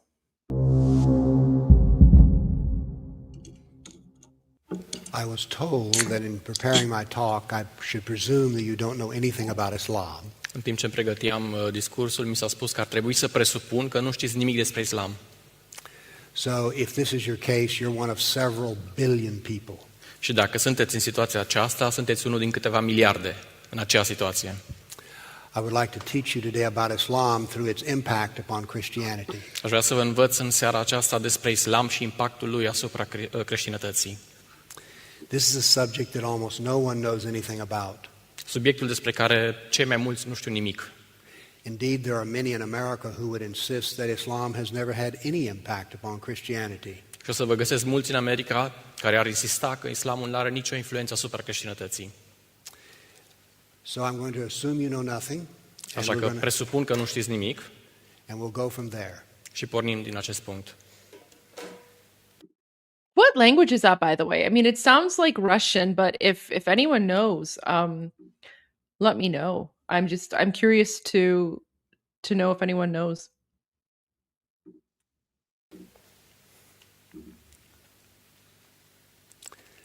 This is an important political question, but it's also a religious question. The land in green is Islamic land. How did this come to be? What is this history? E o întrebare politică. Pământul pe care îl vedem în față este un pământ ocupat de musulmani. Cum a ajuns să fie în felul? Oh, it's Romanian. Okay, thank you. I knew it was like Eastern European, like Slavic, like that area, but I wasn't sure. Okay, so it's Romanian. Thank you for that. I appreciate that. Acesta.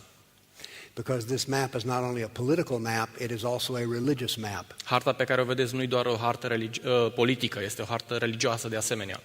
Because much of this land, indeed the majority of it, was originally Christian. Pentru că majoritatea acestor zone pe care le vedeți au fost la origini creștine. You know, that's one of the things a lot of people never really think about is the fact that, the Middle East used to be predominantly Christian. No one ever really thinks about that or talks about that, right? This history is not taught hardly anywhere, even in the universities in America. Istoria aceasta nu se predă aproape nicăieri, nici chiar în universități în America. Now then, I am not a historian, but I love to read history. Nu sunt un istoric, dar îmi place să citesc istoria. And so I love to ask questions which have never been asked before. Și îmi place să pun întrebări care nimeni nu le-a mai pus înainte. So he's not a historian, guys. Oh my gosh. You know what? I really want to rewatch the documentary from last night because it was so good. He's not a historian. Dr. Bill Warner is he's a physicist, he's a mathematician, and he's an engineer. So the guy's literally like a hardcore scientist, and that's why his analysis on political Islam and jihad is very, very analytical. Like he just has so much data, so much facts. He focuses on statistics, numbers, ratios. He's just so good. He's so intelligent. And that's why he's able to explain it very clearly as well, because he's got that, high level IQ and intelligence. Exactly how did this conquest take place? Cum a avut loc această cucerire? In America, there are roughly 5 battles that Islam fought against Christianity in Europe that are known. În America se știe doar despre 5 bătălii pe care musulmanii le-au purtat împotriva creștinilor în Europa. Indeed, I doubt there are, if you chose 100 Americans, I doubt there would even be one of you who could name 2 battles. Și dacă o să alegi 100 de americani, de-abia o să găsești 2 poate care pot să numească 2 dintre ele. But recently there's been some translation of ancient documents. Dar de curând au fost anumite traduceri ale unor documente străvechi. And there is the internet. Și avem internetul. So I asked the question, how many battles has Islam fought against civilization? Și am pus întrebarea, câte bătălii a purtat islamul împotriva civilizației? I compiled a table of 548 battles. Și am ajuns să am o listă de 548 de bătălii. There's also been some very interesting results in archaeology under the Mediterranean. Arheologia de sub Marea Mediterană a avut de asemenea anumite rezultate spectaculoase. So the question then becomes, how do we display this knowledge? Și întrebarea este cum prezentăm această cunoștință. Because if I read you a list of all the battles, you would fall asleep. Pentru că dacă aș începe să vă citesc toată această listă de 500 și de bătălii, ați adormit toți. So I created something called a dynamic battle map. Așa că am creat o hartă dinamică a bătăliilor. Now, here's the way it works. Și așa funcționează. The land in green is Islamic. Verdele islamic. The white dots are current battles, the red dots are battles in history. Punctele roșii sunt bătălii în istorie, punctele albe sunt bătălii actuale. We're going to compress 12 centuries of conquest into 2 minutes. O să comprimăm 12 secole de bătălii în 2 minute. Immediately, Islam burst out of Arabia and starts attacking the rest of the world. Islamul pornește din zona mediterană și începe să atace restul lumii. There's Persia too. Like you can see, like there's Iran, right? So there's the Muslim conquest of Persia right there in, around 650 AD. You'll notice something very interesting here. Most people, when they think of Islam, think of deserts. O să remarcați ceva. Cei mai mulți oameni când vorbesc de islam se gândesc la deșert. But notice how Islam has created a naval force to project power across the Mediterranean. Observați că islamul și-a creat o forță navală cu care să-și impună forța. Already, Spain has been conquered, Spania a fost cucerită deja, North Africa, nordul Africii, and the heart of the Christian world, Damascus, Jerusalem, and Smyrna. și centrul lumii creștine la acel timp, Damascul, Siria. Now, one of the things that you need to know is in many of these battles, indeed most of them, Christians are captured and sold into slavery. Și remarcați un lucru, în cele mai multe din aceste bătălii, Yeah, you never really hear about that, do you? No one ever really learns these days about the millions of Christians that were taken as slaves by the Arab Muslim colonizers. creștinii sunt luați prizonieri și vânduți ca sclavi. In Spain, they will fight the Muslims for 700 years. În Spania, bătăliile vor dura 700 de ani. They started attacking Anatolia, Turkey, almost immediately. Încep să atace Anatolia, Turcia de astăzi, aproape imediat după apariție.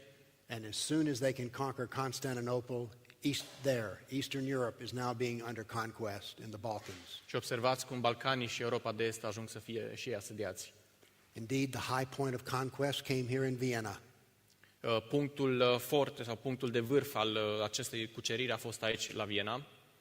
Indeed, there's a breakfast bread called crescent rolls that to celebrate this historical incident. Am auzit că ar exista și o pâine care se servește la micul dejun care amintește de acest eveniment. Notice that continued war in Spain has driven the Muslims out of Spain. Observați cum în Spania musulmanii sunt alungați. And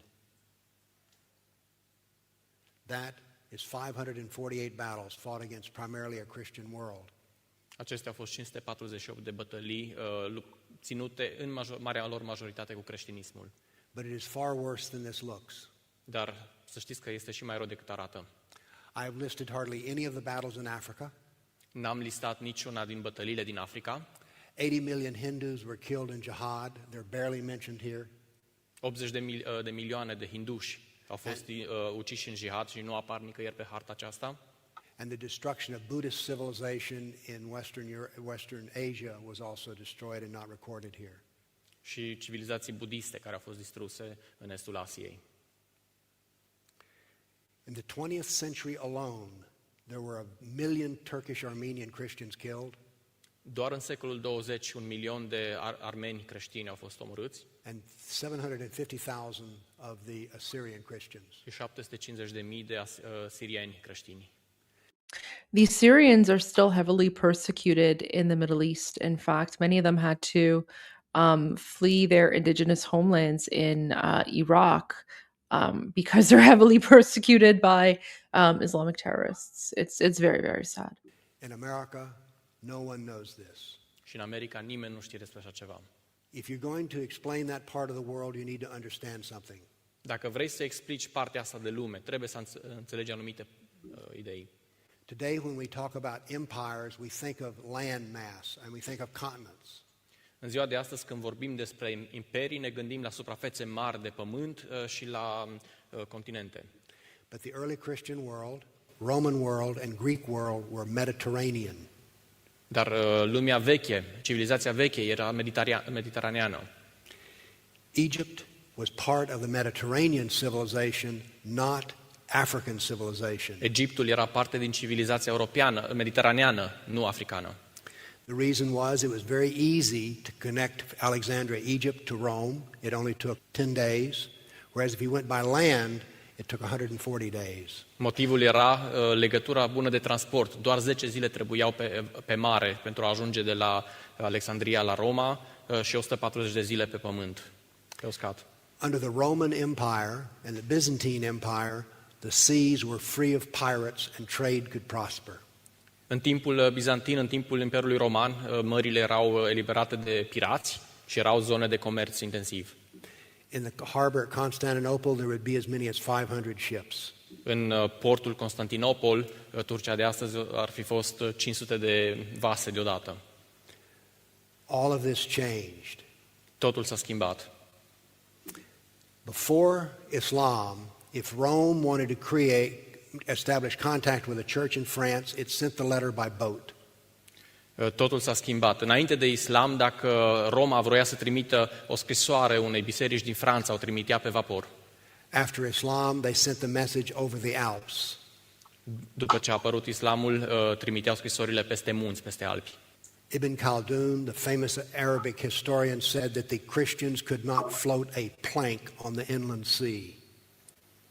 Un istoric spunea că creștinii nu puteau să până să putească nici măcar o plută pe Mediterană. Imagine like bragging about the fact that your civilization was so savage and barbaric that you would not allow others to even have ships and trade in the open water. And then, you have your historians bragging about the fact that they don't allow Christians to participate in trade. And then these are the people who, want the rest of us to include them for multiculturalism and diversity, right? I mean, where was the multiculturalism and diversity all those years ago when they were bragging about the fact that they were murdering Christians and enslaving Christians, and they ruined the Christian trade route on the open seas, right? No one ever talks about that. No one ever talks about history. What would happen? We now know from archaeology under the sea that 90% of the trade on the Mediterranean ceased. Și știm din arheologie, vedem din arheologie că 90% din comerțul pe Mediterană a încetat. What would happen in Vienna if no planes landed, there were no communications, and 90% of the traffic on the roads was gone? Gândiți-vă ce s-ar întâmpla cu Viena dacă n-ar exista transport aerian și dacă 90% din transportul de suprafață ar dispărea. What would happen to Viennese civilization? Ce s-ar întâmpla cu civilizația vieneză? It would become exceedingly poor. Ar deveni foarte săracă. Now then, Islam preyed on Christian ships, and every part of the Mediterranean became poor unless it was Muslim. Islamul ataca vasele creștine și practic fiecare regiune din zona Mediteranei a devenit izolată, cu excepția celor care erau islamice. You've all heard of the Dark Ages, I presume. Cu toți ați auzit probabil de vremea întunecată, epoca întunecată. Have you heard of the Dark Ages? No? Evul mediu. How many, raise your hand again, how many know what the Dark Ages were? It was in the Middle Ages, and there was very little learning and massive poverty. Indeed, in France, in one history of the documents of a certain century, you could not even find the word merchant. Evul mediu, vremuri în care nu se învăța, nu se citea nimic, vremuri în care căutai, anumite perioade în care în Franța căutai în cărți, nu găseai cuvântul comerț. Learning ceased. A încetat să se învețe. Europe got its paper from Egypt, and it was called papyrus. Europa își lua hârtia din Egipt, se numea papirus. No papyrus was shipped into Europe during the Dark Ages. În timpul acestui vremi nu se mai importa niciun pic de papirus în Europa. What would happen to your world if you didn't have a computer and you didn't have paper? Ce s-ar întâmpla în vremea noastră dacă n-am avea computer și n-am avea hârtie? What education would you have? Ce fel de educație am putea avea? Very little. Foarte primitivă. Anyway, not only did Europe become poor, but North Africa became poor, and what we now call Turkey became exceedingly poor. Nu doar Europa a devenit săracă, și Africa a devenit săracă și ceea ce numim astăzi Turcia. The conquest in North Africa was so fast, it destroyed civilization and left only buildings standing. Cucerirea din nordul Africii a fost atât de rapidă încât a distrus întreaga civilizație și a lăsat doar ruine în urmă. If you go to Rome, many of the Roman buildings have been destroyed. Dacă mergi la Roma, multe din clădirile vechi au fost distruse, because during the Dark Ages they used the marble from the ancient Roman buildings for their own purpose. Pentru că în timpul evului întunecat foloseau marmura de la clădirile istorice pentru scopuri proprii. The conquest of North Africa was so fast and so intense that there was no one left to use the buildings that were left from the Romans. Așa de rapid a fost cucerirea nordului Africii, încât rămâneau clădiri neocupate pentru că nu mai era cine să le ocupe. The United States has never used this weapon, but they created a bomb called the neutron bomb. Statele Unite au creat o bombă pe care n-au apucat să o folosească, bomba cu neutroni. Kill people, but not destroy buildings. Omoară oamenii, dar nu te atinge de clădiri. Islam built their own neutron bombs centuries ago. Islam a fost o bombă cu neutron secole în urmă. Something else happened. In the archaeology under the sea, S-a mai întâmplat ceva în arheologia mediteraneană. there's a layer of silt on the ocean bottom in the Mediterranean. Este un strat de mătase. This came about because the invading Muslims destroyed the irrigation system of the Christians. Not only did they destroy the irrigation system, they were herders, not farmers. Asta s-a întâmplat pentru că ei au distrus sistemele de irigații ale creștinilor. And the Muslims turned their goats and sheep onto the Christian crops and ate the fields, and there was erosion. Musulmanii, ei nu erau agricultori, erau crescători de animale. Ei mâncau recoltele europenilor. So Christian civilization was basically annihilated. Civilizația creștină europeană a fost practic anihilată. Now then, what did Christian Europeans do for money? Because we've already established they didn't have easy transportation and no communication. Ce făcea creștinul european ca să facă rost de bani? Pentru că am stabilit deja nu aveau transport. The sophisticated civilization of the Romans and the Greeks was reduced to primitive trade. Civilizația foarte dezvoltată a romanilor și a grecilor a fost redusă la comerț primitiv. The previous proud culture of the Romans and Greeks sold crude products like fur, lumber, swords, and slaves. Fosta civilizație romană și greacă vindea acum producte brute, lână, lemn, săbii, sclavi.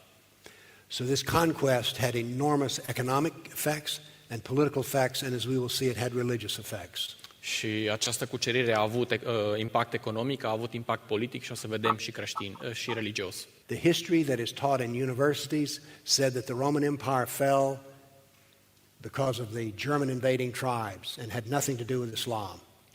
Istoria pe care o învățăm în școli spune că Imperiul Roman a căzut sub asediul populațiilor din zonele germane.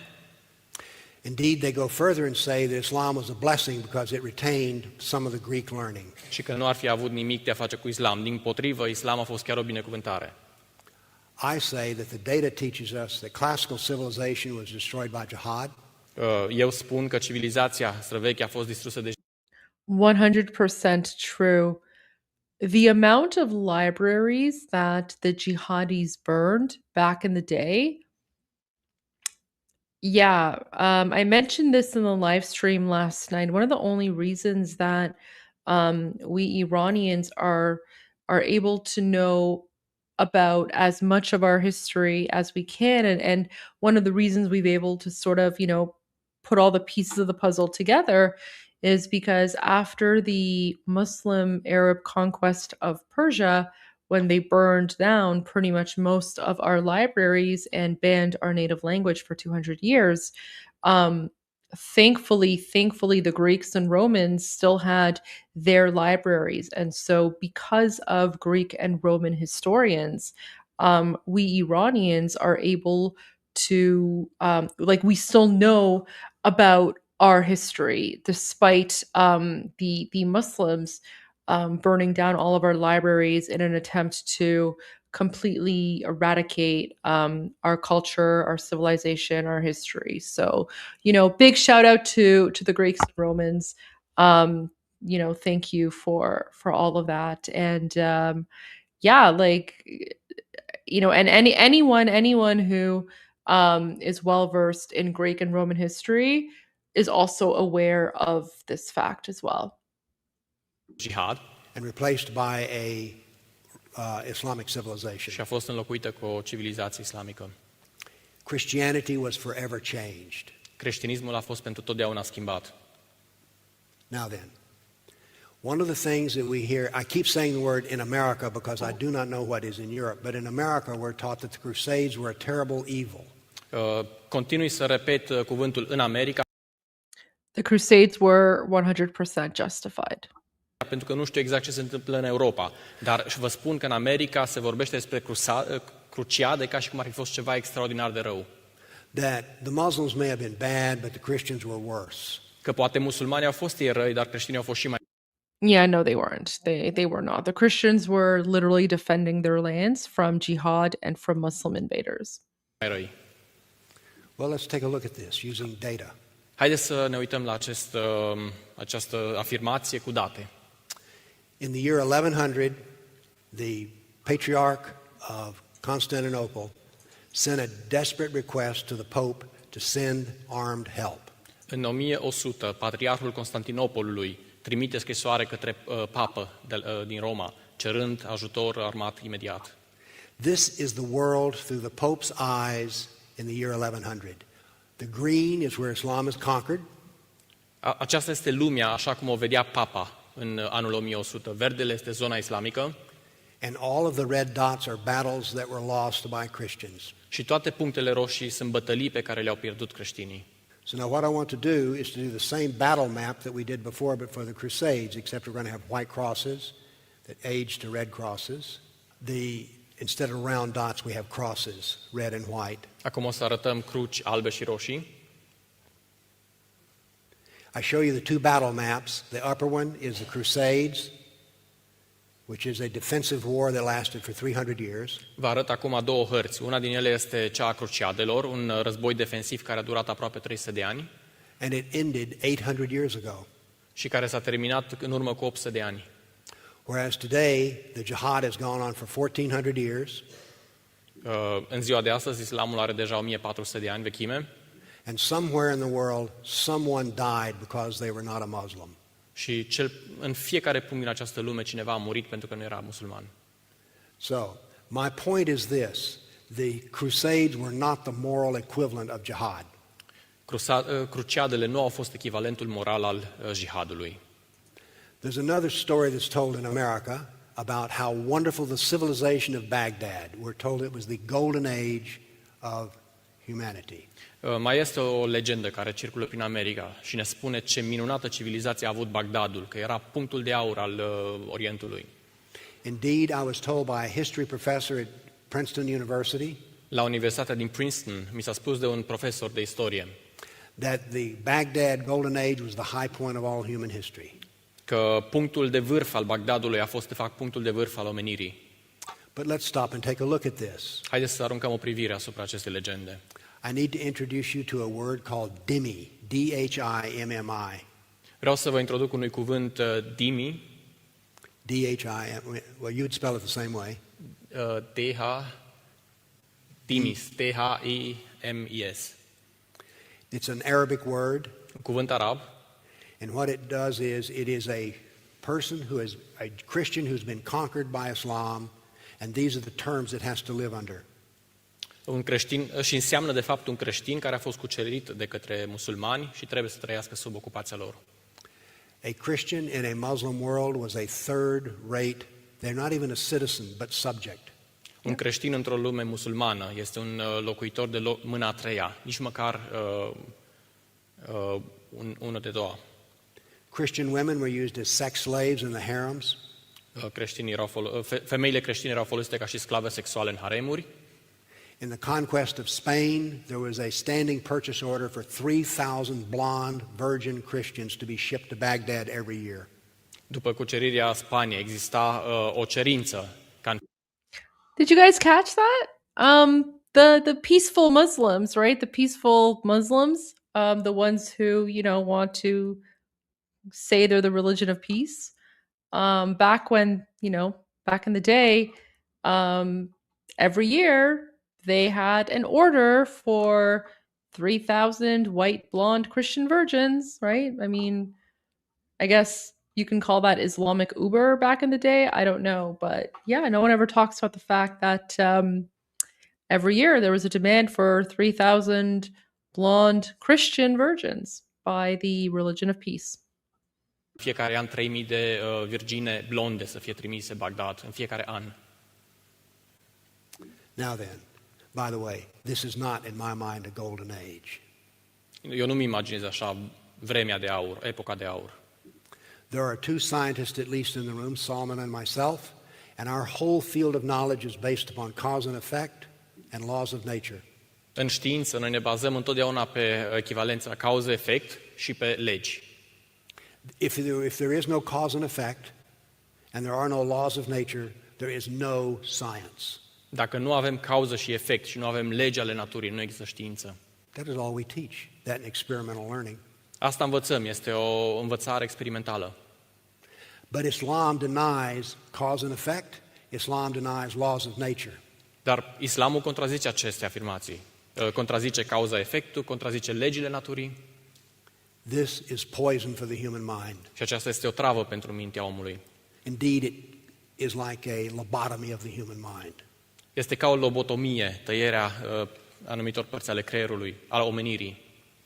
Now then, the claim is made that Islam preserved all the learning of the Greeks and Romans. Există o altă legendă că islamicii That's completely false. I mean, the Muslims will claim that they preserved the learning, but it's completely false. musulmanii au păstrat toată înțelepciunea grecilor și romanilor. But Islam destroyed 90% of this learning. Dar de fapt ei au distrus 90% din ceea ce au creat romanii și grecii. The knowledge that was left had to be kept in Christian monasteries. Sorry. A number of you are telling me to look up his video on the Crusades. If you have the link to the video, send it to me in the Facebook chat, and I'll see if I can find it, and I'll try to play it. If not tomorrow night, then definitely sometime next week, or I don't know, maybe over the weekend. Actually, not over the weekend. My schedule is super busy over the weekend. But if I can't play tomorrow night, I'll definitely play his video on the Crusades next week for sure. Cunoștință care era păstrată în mănăstiri creștine.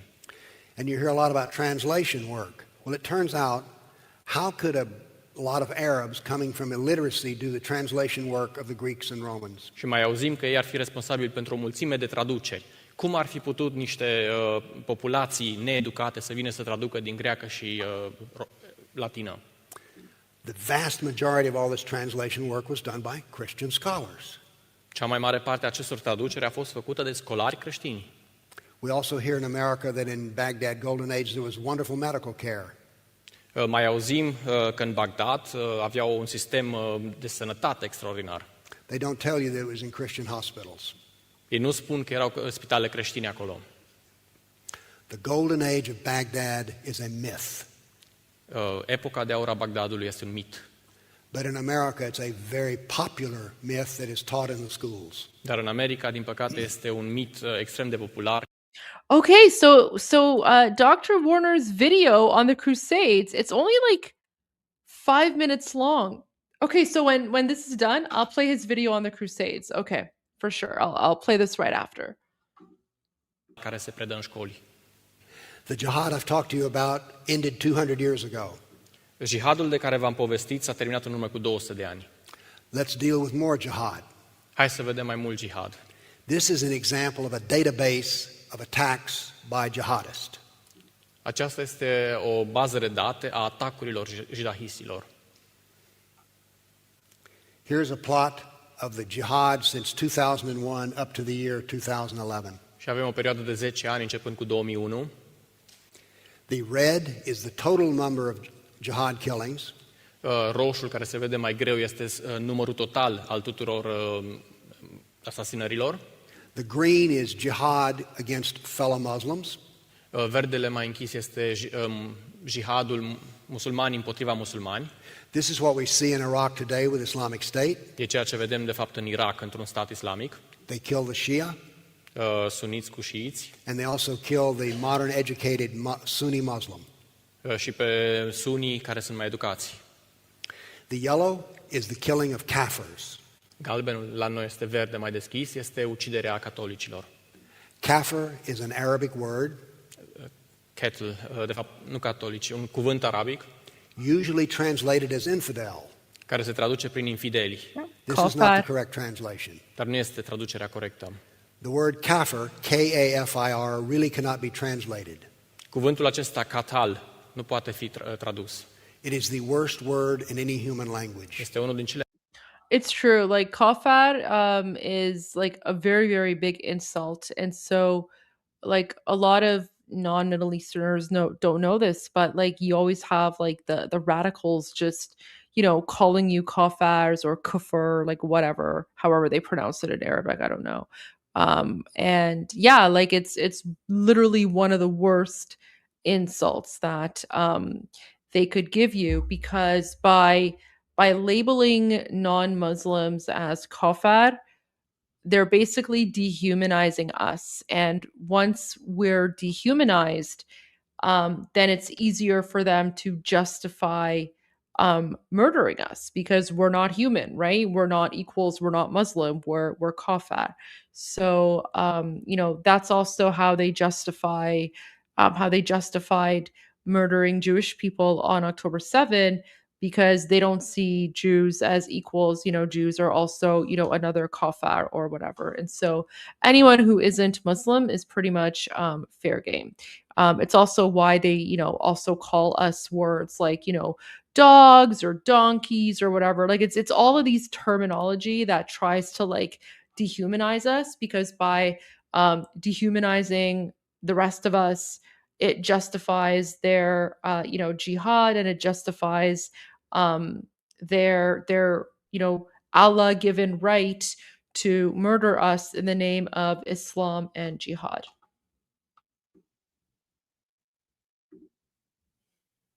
Mai rele cuvinte în orice limbă a pământului. It's the word they use in the Quran, the Hadith. Este cuvântul pe care îl folosesc în Coran, în Hadith, scrierile lor. So, kafir, I'm a kafir. I presume all of you are kafirs. Noi suntem catali. Fiecare de aici. That's the correct word. Acesta este cuvântul corect. Okay. Now then, what do we notice about jihad? It is relentless. Ce observăm despre jihad? It started in Muhammad's lifetime. Nu se oprește niciodată, a început în timpul lui Mahomed. Kafirs and what I would call impure Muslims are the victims. Kafirii sau musulmanii impuri sunt victimele. Jihad can adapt, but it will always be with us. Jihadul se poate adapta, dar întotdeauna o să fie cu noi. In America, we're told that Islamic State and other such things are our fault. În America ni se spune că statul islamic și alte situații asemănătoare sunt vina noastră. I want to show to you that jihad is as Islamic as you can possibly be. Și aș vrea să vă arăt că, de fapt, jihadul este pe cât se poate de musulman. Jihad comes with inside of Islam. Jihadul vine doar cu cunoștința musulmanilor. Now then, one more thing about jihad. I took here and made a bar chart of the most attacks against a civilization. Actually, I chose the top 4. Am mai făcut o schiță cu cele mai multe atacuri asupra. Oh yeah, I remember this slide from yesterday, and I just remember being so shocked by the fact that there are so many jihadi attacks in Thailand, of all places. I mean, we had this conversation yesterday, on YouTube and X, but like I still can't get over the fact that Thailand has a significant number of Islamic terrorist attacks. So yeah, like I definitely need to look into that. Anumitor civilizații. So it's Israel, Thailand, Philippines, and India. În primul rând Israel, apoi Thailanda, Filipine și India. Now let me read this list to you another way. It's against the Jews, the Buddhists, the Christians, the Hindus, the secularists, all kafir. Într-o altă traducere, aceste atacuri au avut loc împotriva, în primul rând, evreilor, apoi budiștilor, creștinilor, hinduiștilor, seculariștilor, celor care nu cred, și împotriva musulmanilor impuri. In America, there are atheists who say, "Oh, Islam has nothing to do with me. I don't care about religion." În America avem atei care spun, islamul nu are nimic de a face cu mine, nu-mi pasă de religie mie. Little do they know that in Islam they are the lowest of the low. Ei nu știu că în islam ateii sunt cei mai de jos. They're worse than a Jew. Sunt chiar mai răi decât evreii. Now then, in America, I keep saying that because I know America, Islam is called the religion of peace. În America, islamul este numit și o religie a păcii. This was introduced in American culture by President George Bush. Această afirmație a fost introdusă în cultura americană de președintele George Bush. If you go through history, you will find that there are 12 decades and 1400 years that are free of jihad. Dacă privim în istorie, o să găsim doar 12 decade, 120 de ani, în care nu au avut loc războaie jihadiste. So the history of Islam is 91% jihad and 9% peace. Așa că istoria Did you catch that? So in the entire history of Islam, right? And remember, this guy, he's a physicist, he's a mathematician, he's an engineer. So all he does is data analysis. And based on his data analysis of the history of Islam, the history of Islam is 91% jihad and 9% peace. And that's based on historical fact. And you know something? He's not wrong. He's 100% right. musulmanilor este 91% jihad și 9% pace. I'm a retired college professor, Sunt un profesor universitar în pensie and if you make 9% on my test, you receive an F.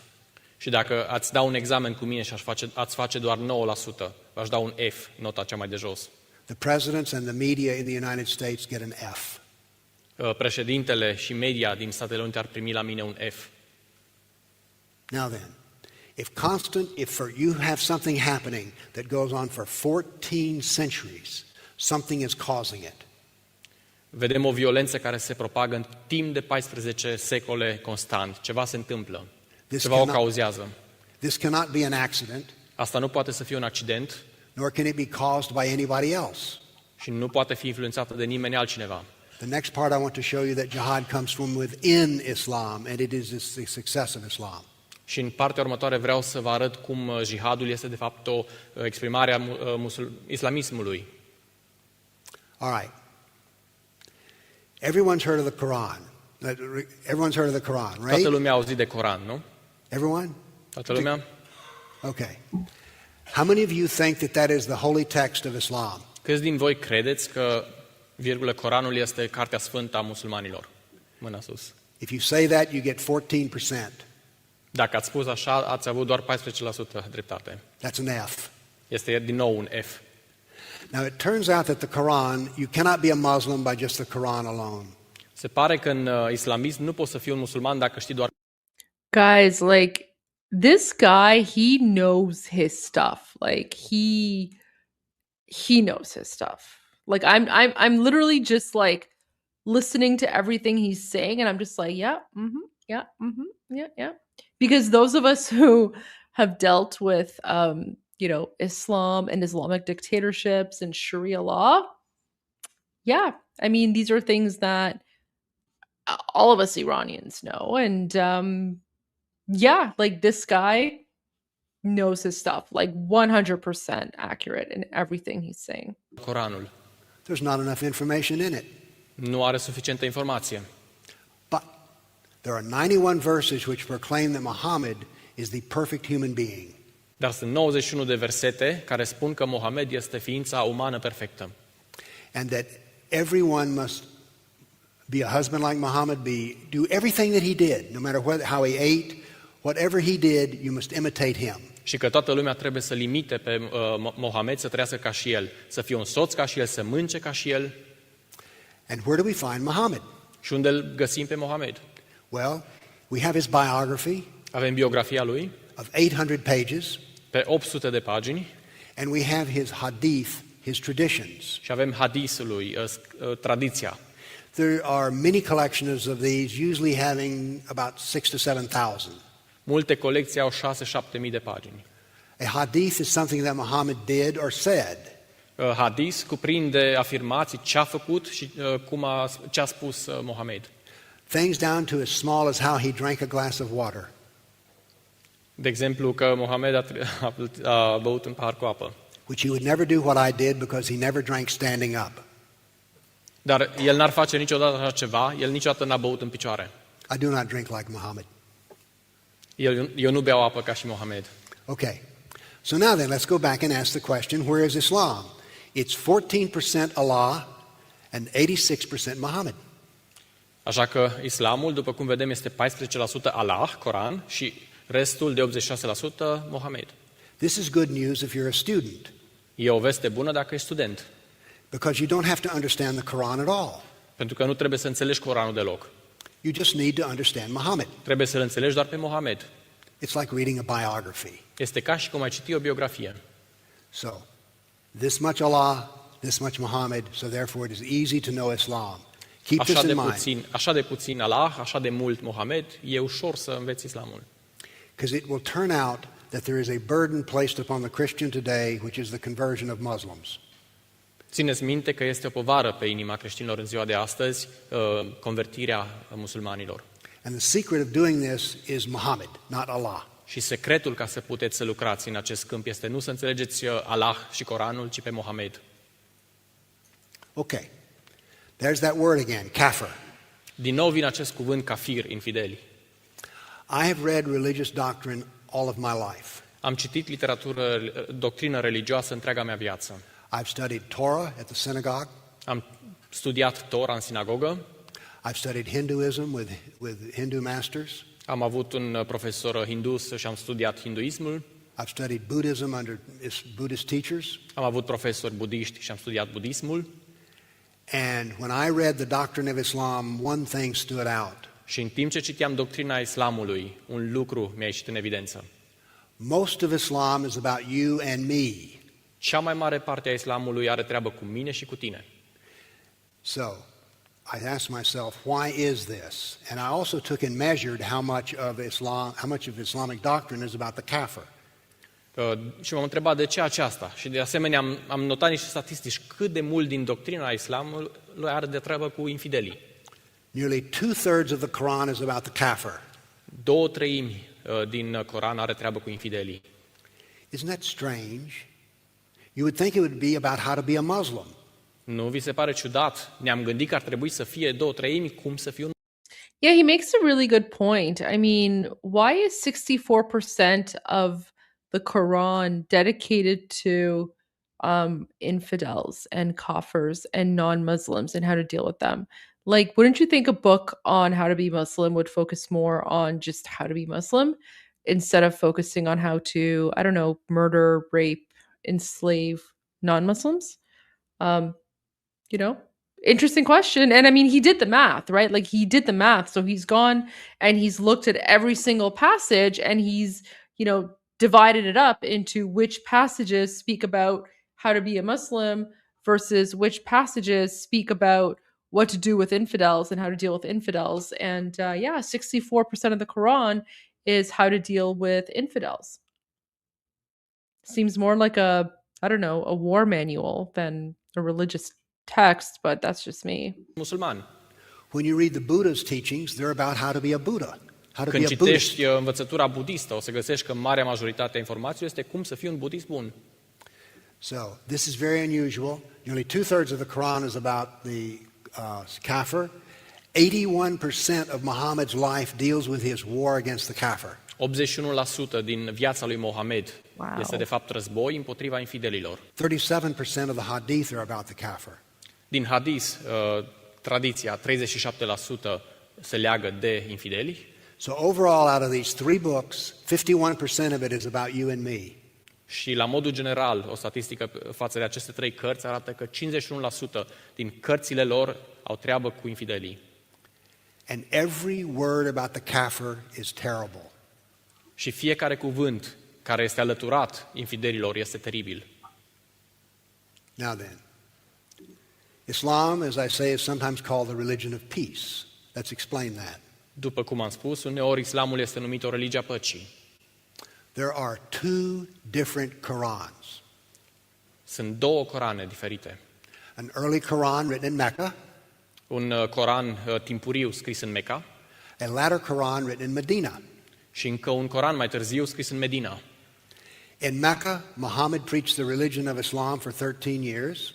În Mecca, Mohamed predică religia musulmană pentru 13 ani and persuaded 150 Arabs to become Muslims. și reușește să convingă 150 de arabi să devină musulmani. He had to leave Mecca A trebuit să părăsească Mecca at the insistence of the Meccans. la insistențele celor din Mecca. He went to Medina, S-a dus la Medina, where he became a politician and a jihadist. unde a devenit un politician și un jihadist. When he died, every Arab was a Muslim. Când a murit, fiecare arab era un musulman. The religion of peace was a failure. Religia păcii a avut un eșec. The politics of jihad was an overwhelming success. Politica și jihadul au fost un succes extraordinar. Now then, when you hear verses in America, there's something very popular called interfaith dialogue. Mai auzim slogane în America, dialogul interreligios. And you hear quotes from the Quran. Și auzi pasaje din Coran citate. You have your religion, I have mine. Tu ai credința ta, eu am pe a mea, Let there be no compulsion in religion. să nu ne obligăm unul pe altul. So the early Quran is religious and peaceful. Așa că primul Coran este religios și este împăciuitor. The latter Quran is about jihad and success. Al doilea Coran, cel mai târziu, este despre jihad și despre cucerire. Now then, here we have Muhammad's career. Avem un grafic al carierei lui Mohamed. Not only have I been a professor, I've also been a businessman. Eu n-am fost doar un profesor, am fost și un om de afaceri. And a businessman keeps up with his sales. Și un om de afaceri ține totdeauna evidența vânzărilor lui. This is the sales career of Muhammad. Și aceasta este cariera de vânzare a lui Mohamed. And it's basically what I told you. In Mecca, it was religion, it was peaceful. Și de fapt reprezintă ceea ce deja v-am povestit. Pace și religie în Mecca, But 150 people joined in 13 years. cu un rezultat de 150 de oameni în 13 ani. This is not success. Asta nu numesc succes. What made Islam successful? Cum a devenit islamul așa de succes? Politics and jihad. Politica și jihadul. What makes Islam successful today? Ce face islamul așa de succes astăzi? Jihad and Jihadul politics. și politica. And it has nothing to do what the policy is of Germany, Vienna, America, England, nothing. Și nu are nimic de a face cu politica Germaniei, Austriei, Angliei. So it does not make any difference what Europe's foreign policy is. Matters not. Și nu are aproape nicio importanță cum arată politica noastră externă. Jihad is successful. Now then, let me tell you there are 4 kinds of jihad. Și vreau să vă spun că sunt 4 tipuri de jihad. There's jihad of the sword, Există un jihad al sabiei, jihad of the mouth, un jihad al gurii, jihad of writing, al scrierii and jihad of money. și un jihad al banilor. These are more successful than jihad of the sword. Și ultimul are mai mult succes decât jihadul sabiei. If it were not for the jihad of the sword, the other 3 jihads would work. Dacă n-ar exista jihadul sabiei, toate celelalte 3 ar lucra perfect. I want to talk to you about what I call the law of Islamic saturation. Și aș vrea să vă enunț un principiu, principiul saturării islamice. If you remember on the battle map, Turkey, which used to be Asia Minor or Anatolia, was conquered. Dacă vă mai țineți minte de pe harta de pe care v-am arătat-o, Turcia, Anatolia, a fost cucerită. Turkey used to be a Christian nation. Turcia a fost la origine o națiune creștină. I say this so emphatically because most people do not know this. Și repet asta pentru că mulți oameni nu știu asta. So, when Islam invaded in 1300, the yellow point was it was all 100% Christian. Linia verde pe care o vedem sunt creștinii. La 1300 erau 100% creștini. But if I ask you today, is Turkey Christian or Muslim, what will you say? Dacă vă pun întrebarea, ce este Turcia astăzi, creștină sau musulmană, ce îmi răspundeți? Muslim. Musulmană. What happened? Ce s-a întâmplat? Notice at the bottom of this graph that it's measured in centuries. Observați că axa timpului în acest grafic măsoară secole. It took centuries for this to happen, but Christianity is almost completely annihilated in Turkey. A durat cu adevărat secole ca să se întâmple, dar în ziua de astăzi creștinismul este aproape complet dispărut în Turcia.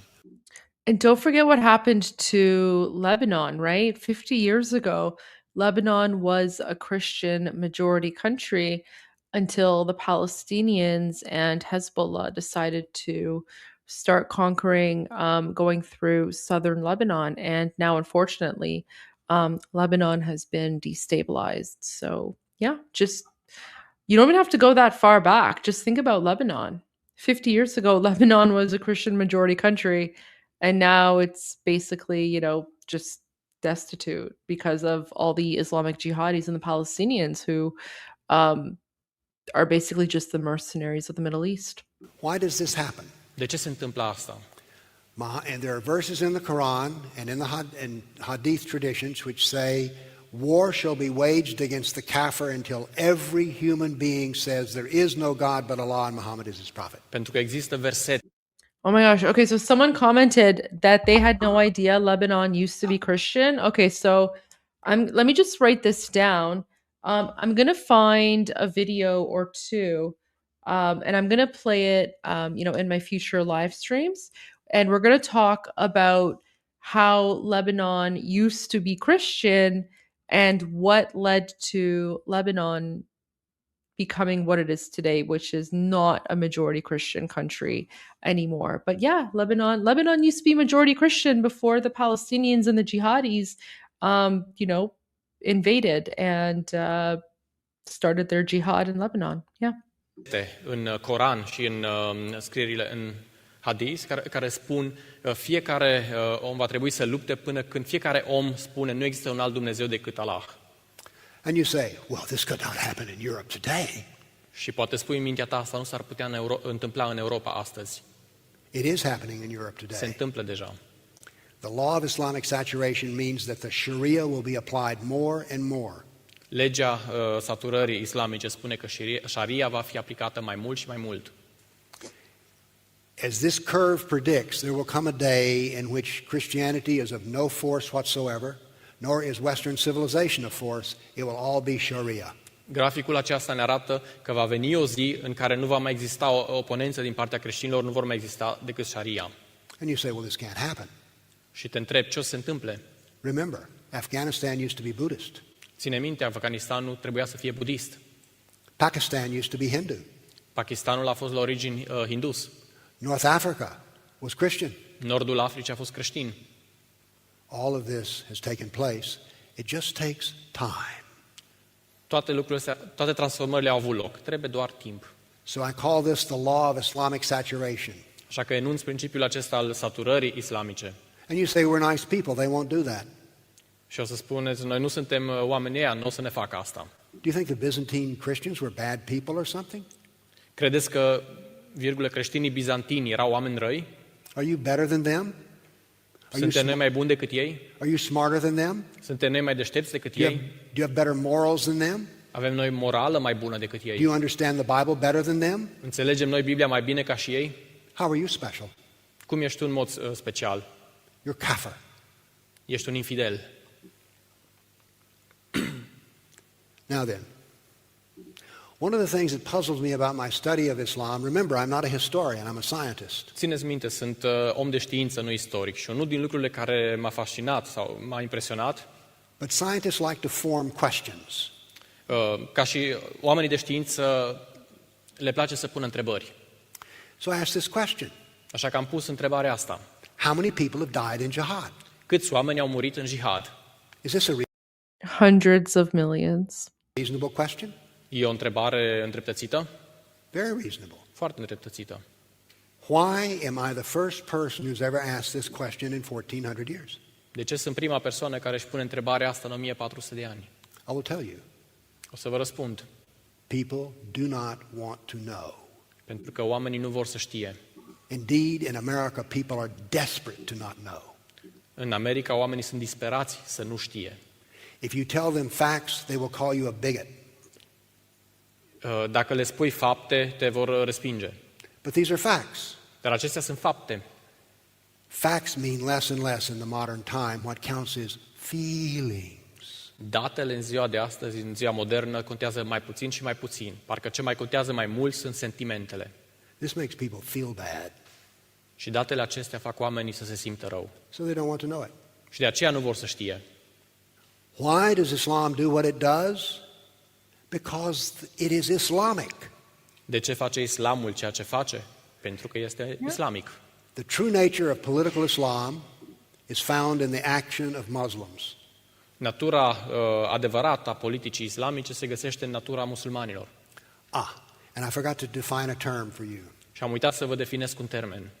What is Islam? Ce este islamul? Islam is a doctrine found in the Quran, the Sirah, and the Hadith. Islamul este o doctrină pe care o găsim în hadis, în Coran și în Sharia. Sira. Political Islam is the part of Islam that deals with the kafir. Și islamul politic este partea din islam care are de-a face cu infidelii. I'm only interested in the part of Islam that impacts me.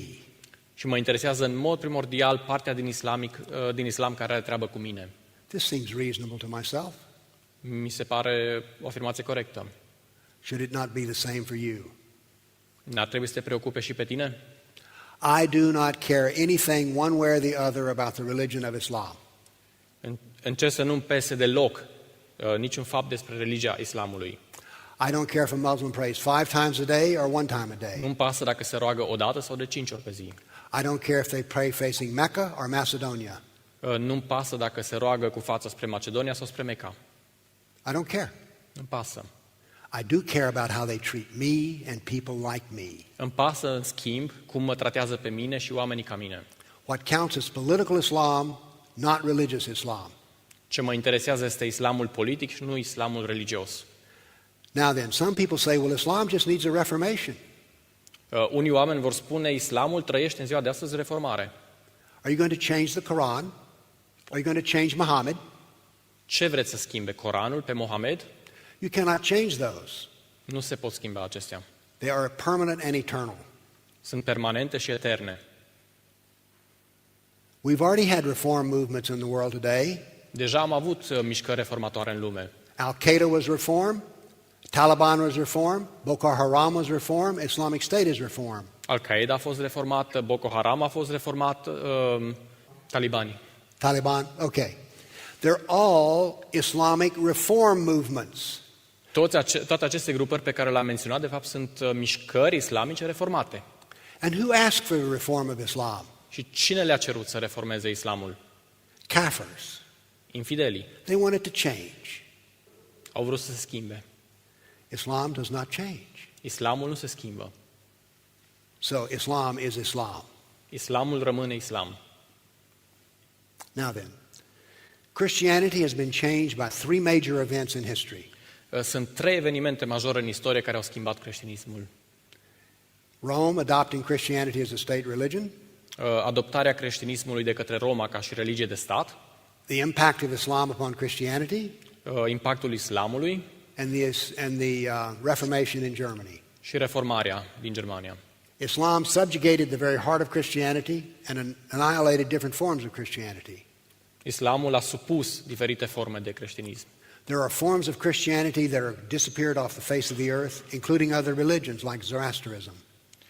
Sunt religii și forme ale. So he said this in his lecture yesterday. That's the only part that I disagree with. Zoroastrianism has not been eradicated. In fact, one of the ways that Iranians were able to preserve the Zoroastrian religion was by just pretend converting to Islam and then basically secretly practicing Zoroastrianism behind the scenes. So, even a lot of like the Islamic scholars during the Islamic Golden Age, 90% of them were Iranian and they weren't even Muslim. They were basically fake Muslims. They just pretended to be Muslim, but they were actually Zoroastrian or, agnostic. And right now, Zoroastrianism is actually the second fastest growing religion in occupied Iran.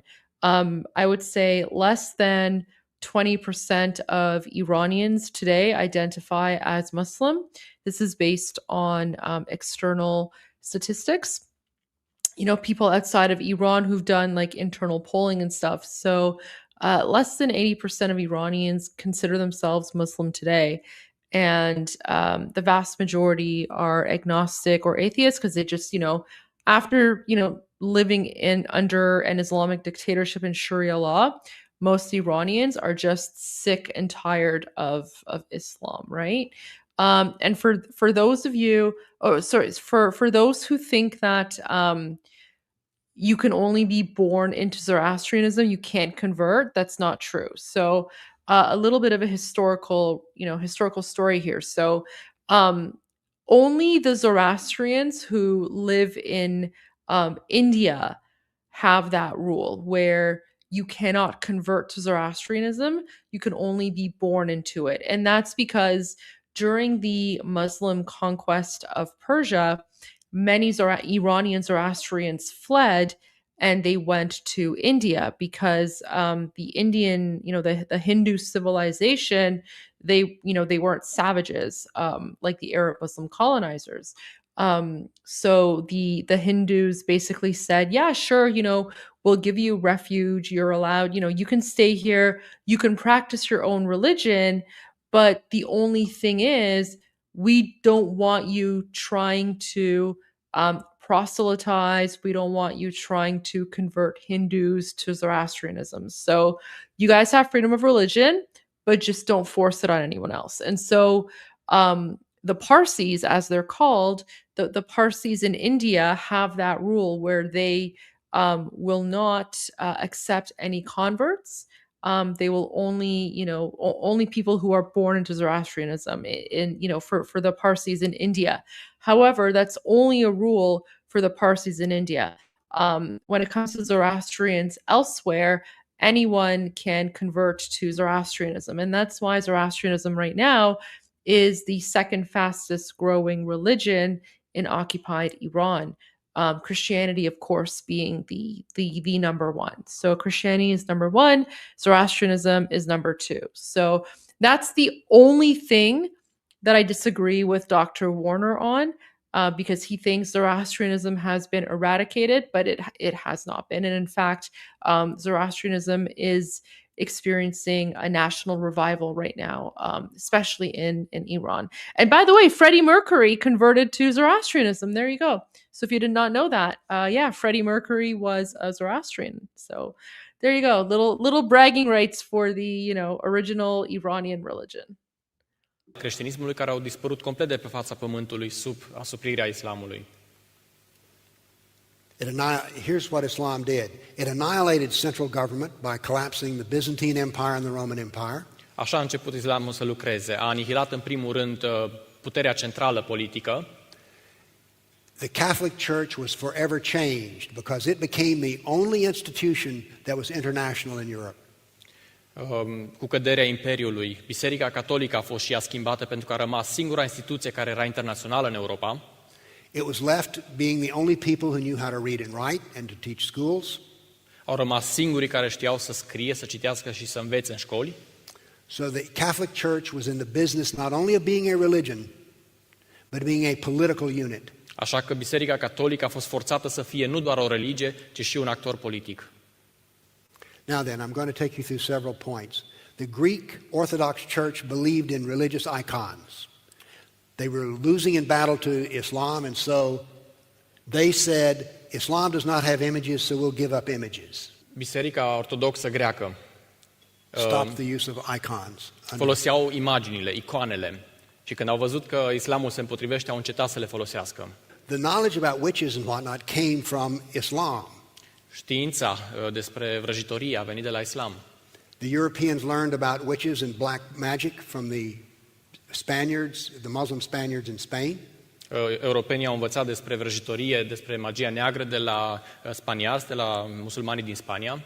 And in 1487 the Catholic Church released its book against witches called The Witch's Hammer. Așa că în 1487 Biserica Catolică publică o carte împotriva vrăjitoriei. The first mass killing of Jews on the face of the earth for religious reasons was in the year 624 by Muhammad. Prima crimă în masă a avut loc în 624 împotriva evreilor. In 1011 in Spain there was mass murder of Jews. A doua împotriva evreilor în 1011 în Spania. Mass murder in 1033. Apoi 22 de ani mai târziu. And then in 1096 was the first Christian mass murder of Jews.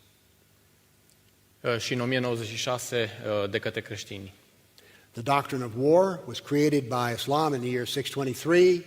and only in the year 1063 did the Catholic doctrine of holy war be produced. Jihadul a avut o doctrină a războiului încă din anul 623. De-abia în 1063 catolicii și-au definit o doctrină a războiului sfânt, This was in response to Islam. ca și reacție la islam. Apostasy and heresy were crimes in the 7th century in Islam, and they became crimes in the 12th century by the Catholic Church. Apostazia, părăsirea credinței, era crimă capitală în It's very interesting to see how certain beliefs in Islam were then impacting and influencing Christianity. So, yeah, wow. islam încă din secolul VII, de-abia în secolul XII a devenit o crimă capitală pentru catolicism. The Inquisition first occurred in Spain in the early 12th century. Închiziția a apărut prima oară în Spania, în zona islamică, în 1200. The Catholic Inquisition, which was based on trying to find out who was a secret Muslim, occurred in the latter part of the 12th century. Și spre finalul acestui secol a început Inchiziția spaniolă, care încerca să descopere cine este un musulman în secret. My conclusion is that Islam influenced a desperate and losing church in Europe. Și concluzia mea finală este: islamul influențează în mod decisiv un creștin. Thank you, RK, for the super chat and for the kind words. I appreciate that. They're very kind of you. Thank you for the support. I hope you're enjoying the live stream. Creștinism care pierde. I maintain that the fanaticism of the Catholic Church was learned directly from the Muslims. V-am spus că fanatismul Bisericii Catolice a fost învățat direct de la musulmani. So, I'm going to stop my lecture here, but remember, what I've tried to teach you today is simple. O să mă opresc aici, dar țineți minte, ceea ce am încercat să vă învăț în această seară este simplu. Islam has had a major impact upon world history and European history in particular. Islamul a avut o influență extraordinară asupra istoriei și în mod particular asupra istoriei Europei creștine. This history has been so painful that it has been suppressed. Așa de dureroasă a fost această istorie, încât a fost reprimată, nu se mai învață. The most frequent question I'm asked by people who know nothing about Islam, they think is, aren't you afraid, Bill? Și întrebarea pe care mi-o pun cei mai mulți oameni este: nu ți-e teamă, Bill? When I studied my study of Buddhism and Hinduism, no one said to me, aren't you afraid? Când îmi făceam studiile în hinduism și în budism, nimeni nu m-a întrebat: nu ți-e teamă? There's a reason for such questions. You know, he makes a really good point. Why is it that, like, when someone is studying and talking about the history of Hinduism or Buddhism, no one's like, oh, aren't you afraid for speaking out? But even like me, like, I'm literally sharing historical facts, and a lot of you are, you know, messaging me and commenting me, and you're like, aren't you afraid? And, you know, it's not an unreasonable thing either. It's because we as a society understand pattern recognition, and we have all seen what happens to people who speak about the history of Islamic colonization and who speak about political Islam, right? Again, like, I'm not referring to the religion, I'm referring to actual historical fact. And so, yeah, like, why is it that whenever we're speaking about the history of one particular, you know, religious ideology, everyone gets worried because that's the one that can risk your life, you know? But I mean, if I was going to go super critical on Christianity or Judaism or Zoroastrianism or Hinduism or Buddhism or, you know, any other religion, no one would ever think, oh, aren't you worried? Of course not. But yet, you know, when it comes to Islam, you know, even when you want to speak about historical facts, right? That's basically like putting a target on your back because the jihadis don't like it.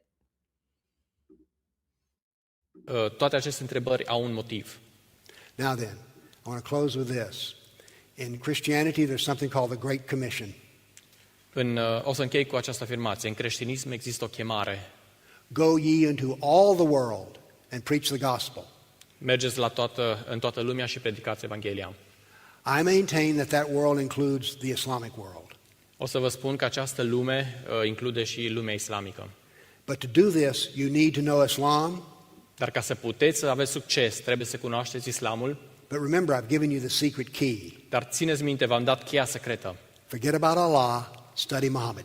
Uitați de Allah, studiați-l pe Mahomed. There's nothing in his life that you cannot understand. Nu e nimic în viața lui ca să nu puteți înțelege. So therefore, if Christianity is to survive, and if European civilization is to survive, Așa că dacă creștinismul vrea să supraviețuiască și cultura europeană vrea să supraviețuiască, and that includes the atheist, the Buddhist, the whatevers, și asta include și pe atei, și pe budiști, și pe oricare alții, the church must shoulder its burden, study Muhammad, and learn how to take the Great Commission to the Muslim. biserica are datoria să studieze musulmanii, să le ducă vestea mare. Now then, one last point. I already said this was last, but I'll give you one more. Am spus deja că e ultimul punct, dar vă mai dau încă un ultim punct. I noticed that some of you are taking notes. Am observat că unii din voi luați notițe.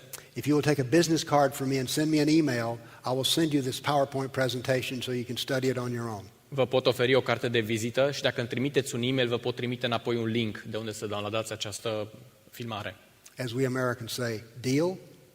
Cum spune noi americanii, deal? Thank you for your time. Vă mulțumesc pentru timpul acordat. There we go. Okay, so by request of one of our viewers, I'm going to just finish off his live stream. Wait, let me just write this down. So Scott said Dr. J, where was it? J. Smith. Okay. I'll look that up. So one of our viewers on Facebook sent me a video. It's the same gentleman, Dr. Warner. He's speaking about the history of the Crusades. This video is only 5 minutes long, so I'm just going to play this one final video, and then that will kind of take us to 11 p.m. and then I will call it a night. But because the video is very short, I figured might as well watch it now. So here we go. Whenever you're dealing with an apologist for Islam or even a Muslim and you bring up jihad, almost immediately they kick back to you, well, what about those terrible crusades? Why, they're the moral justification for jihad. I mean, we're just as bad as they are, so let's not talk about jihad, okay? Let's talk about the crusades. Well, what I would like to talk about here are facts. And it turns out I sat down and put together some work and I created a database of some 548 battles that Islam fought, jihad battles against classical civilization. And these aren't even all the battles. It really doesn't say much about Africa and India, Afghanistan and all that. It's primarily the battles against the classical civilization of Rome and Greece. So, 548 battles is a lot, and it's too much to even comprehend. So I created something which I call a dynamic battle map, in which you have a display of the Mediterranean, and a white dot means that this 20-year period, that's a new battle. So every time the screen changes, it's 20-year period. The colors white turn to red, and so you can see a history. This may seem a little confusing, but I think when you see it, you'll know exactly what I mean. And here it starts. Islam burst out of the Arabian Peninsula and immediately starts attacking the Middle East. And notice that it doesn't take long. So there you can see, like, literally within like 20 years, all you see there, right, where it says Iran. Yeah, that's how quick they were able to conquer Iran. And it happened because the Persians had just finished a 30-year war, and they were incredibly weak and they didn't have the resources to defend themselves. And so the Arab Muslim invaders were able to very, very easily come in and conquer and take over. Jane, thank you so much for the super sticker. Appreciate that. Great to see you again. I know you love Dr. Warner, so yeah, great to have you here. Thank you for the support. Until they're crossing the Mediterranean and attacking southern France and Spain.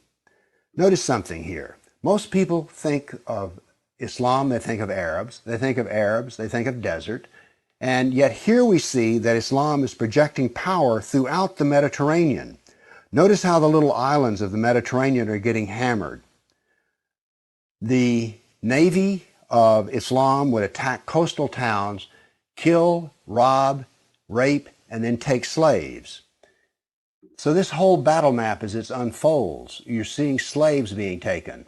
Over 1 million slaves were taken out of Europe into the Islamic world. That's something you don't think about much, but it's absolutely true. There were over 200 battles fought in Spain alone. And we also see, however, on the east coast in Turkey, that Islam is trying to break into Europe.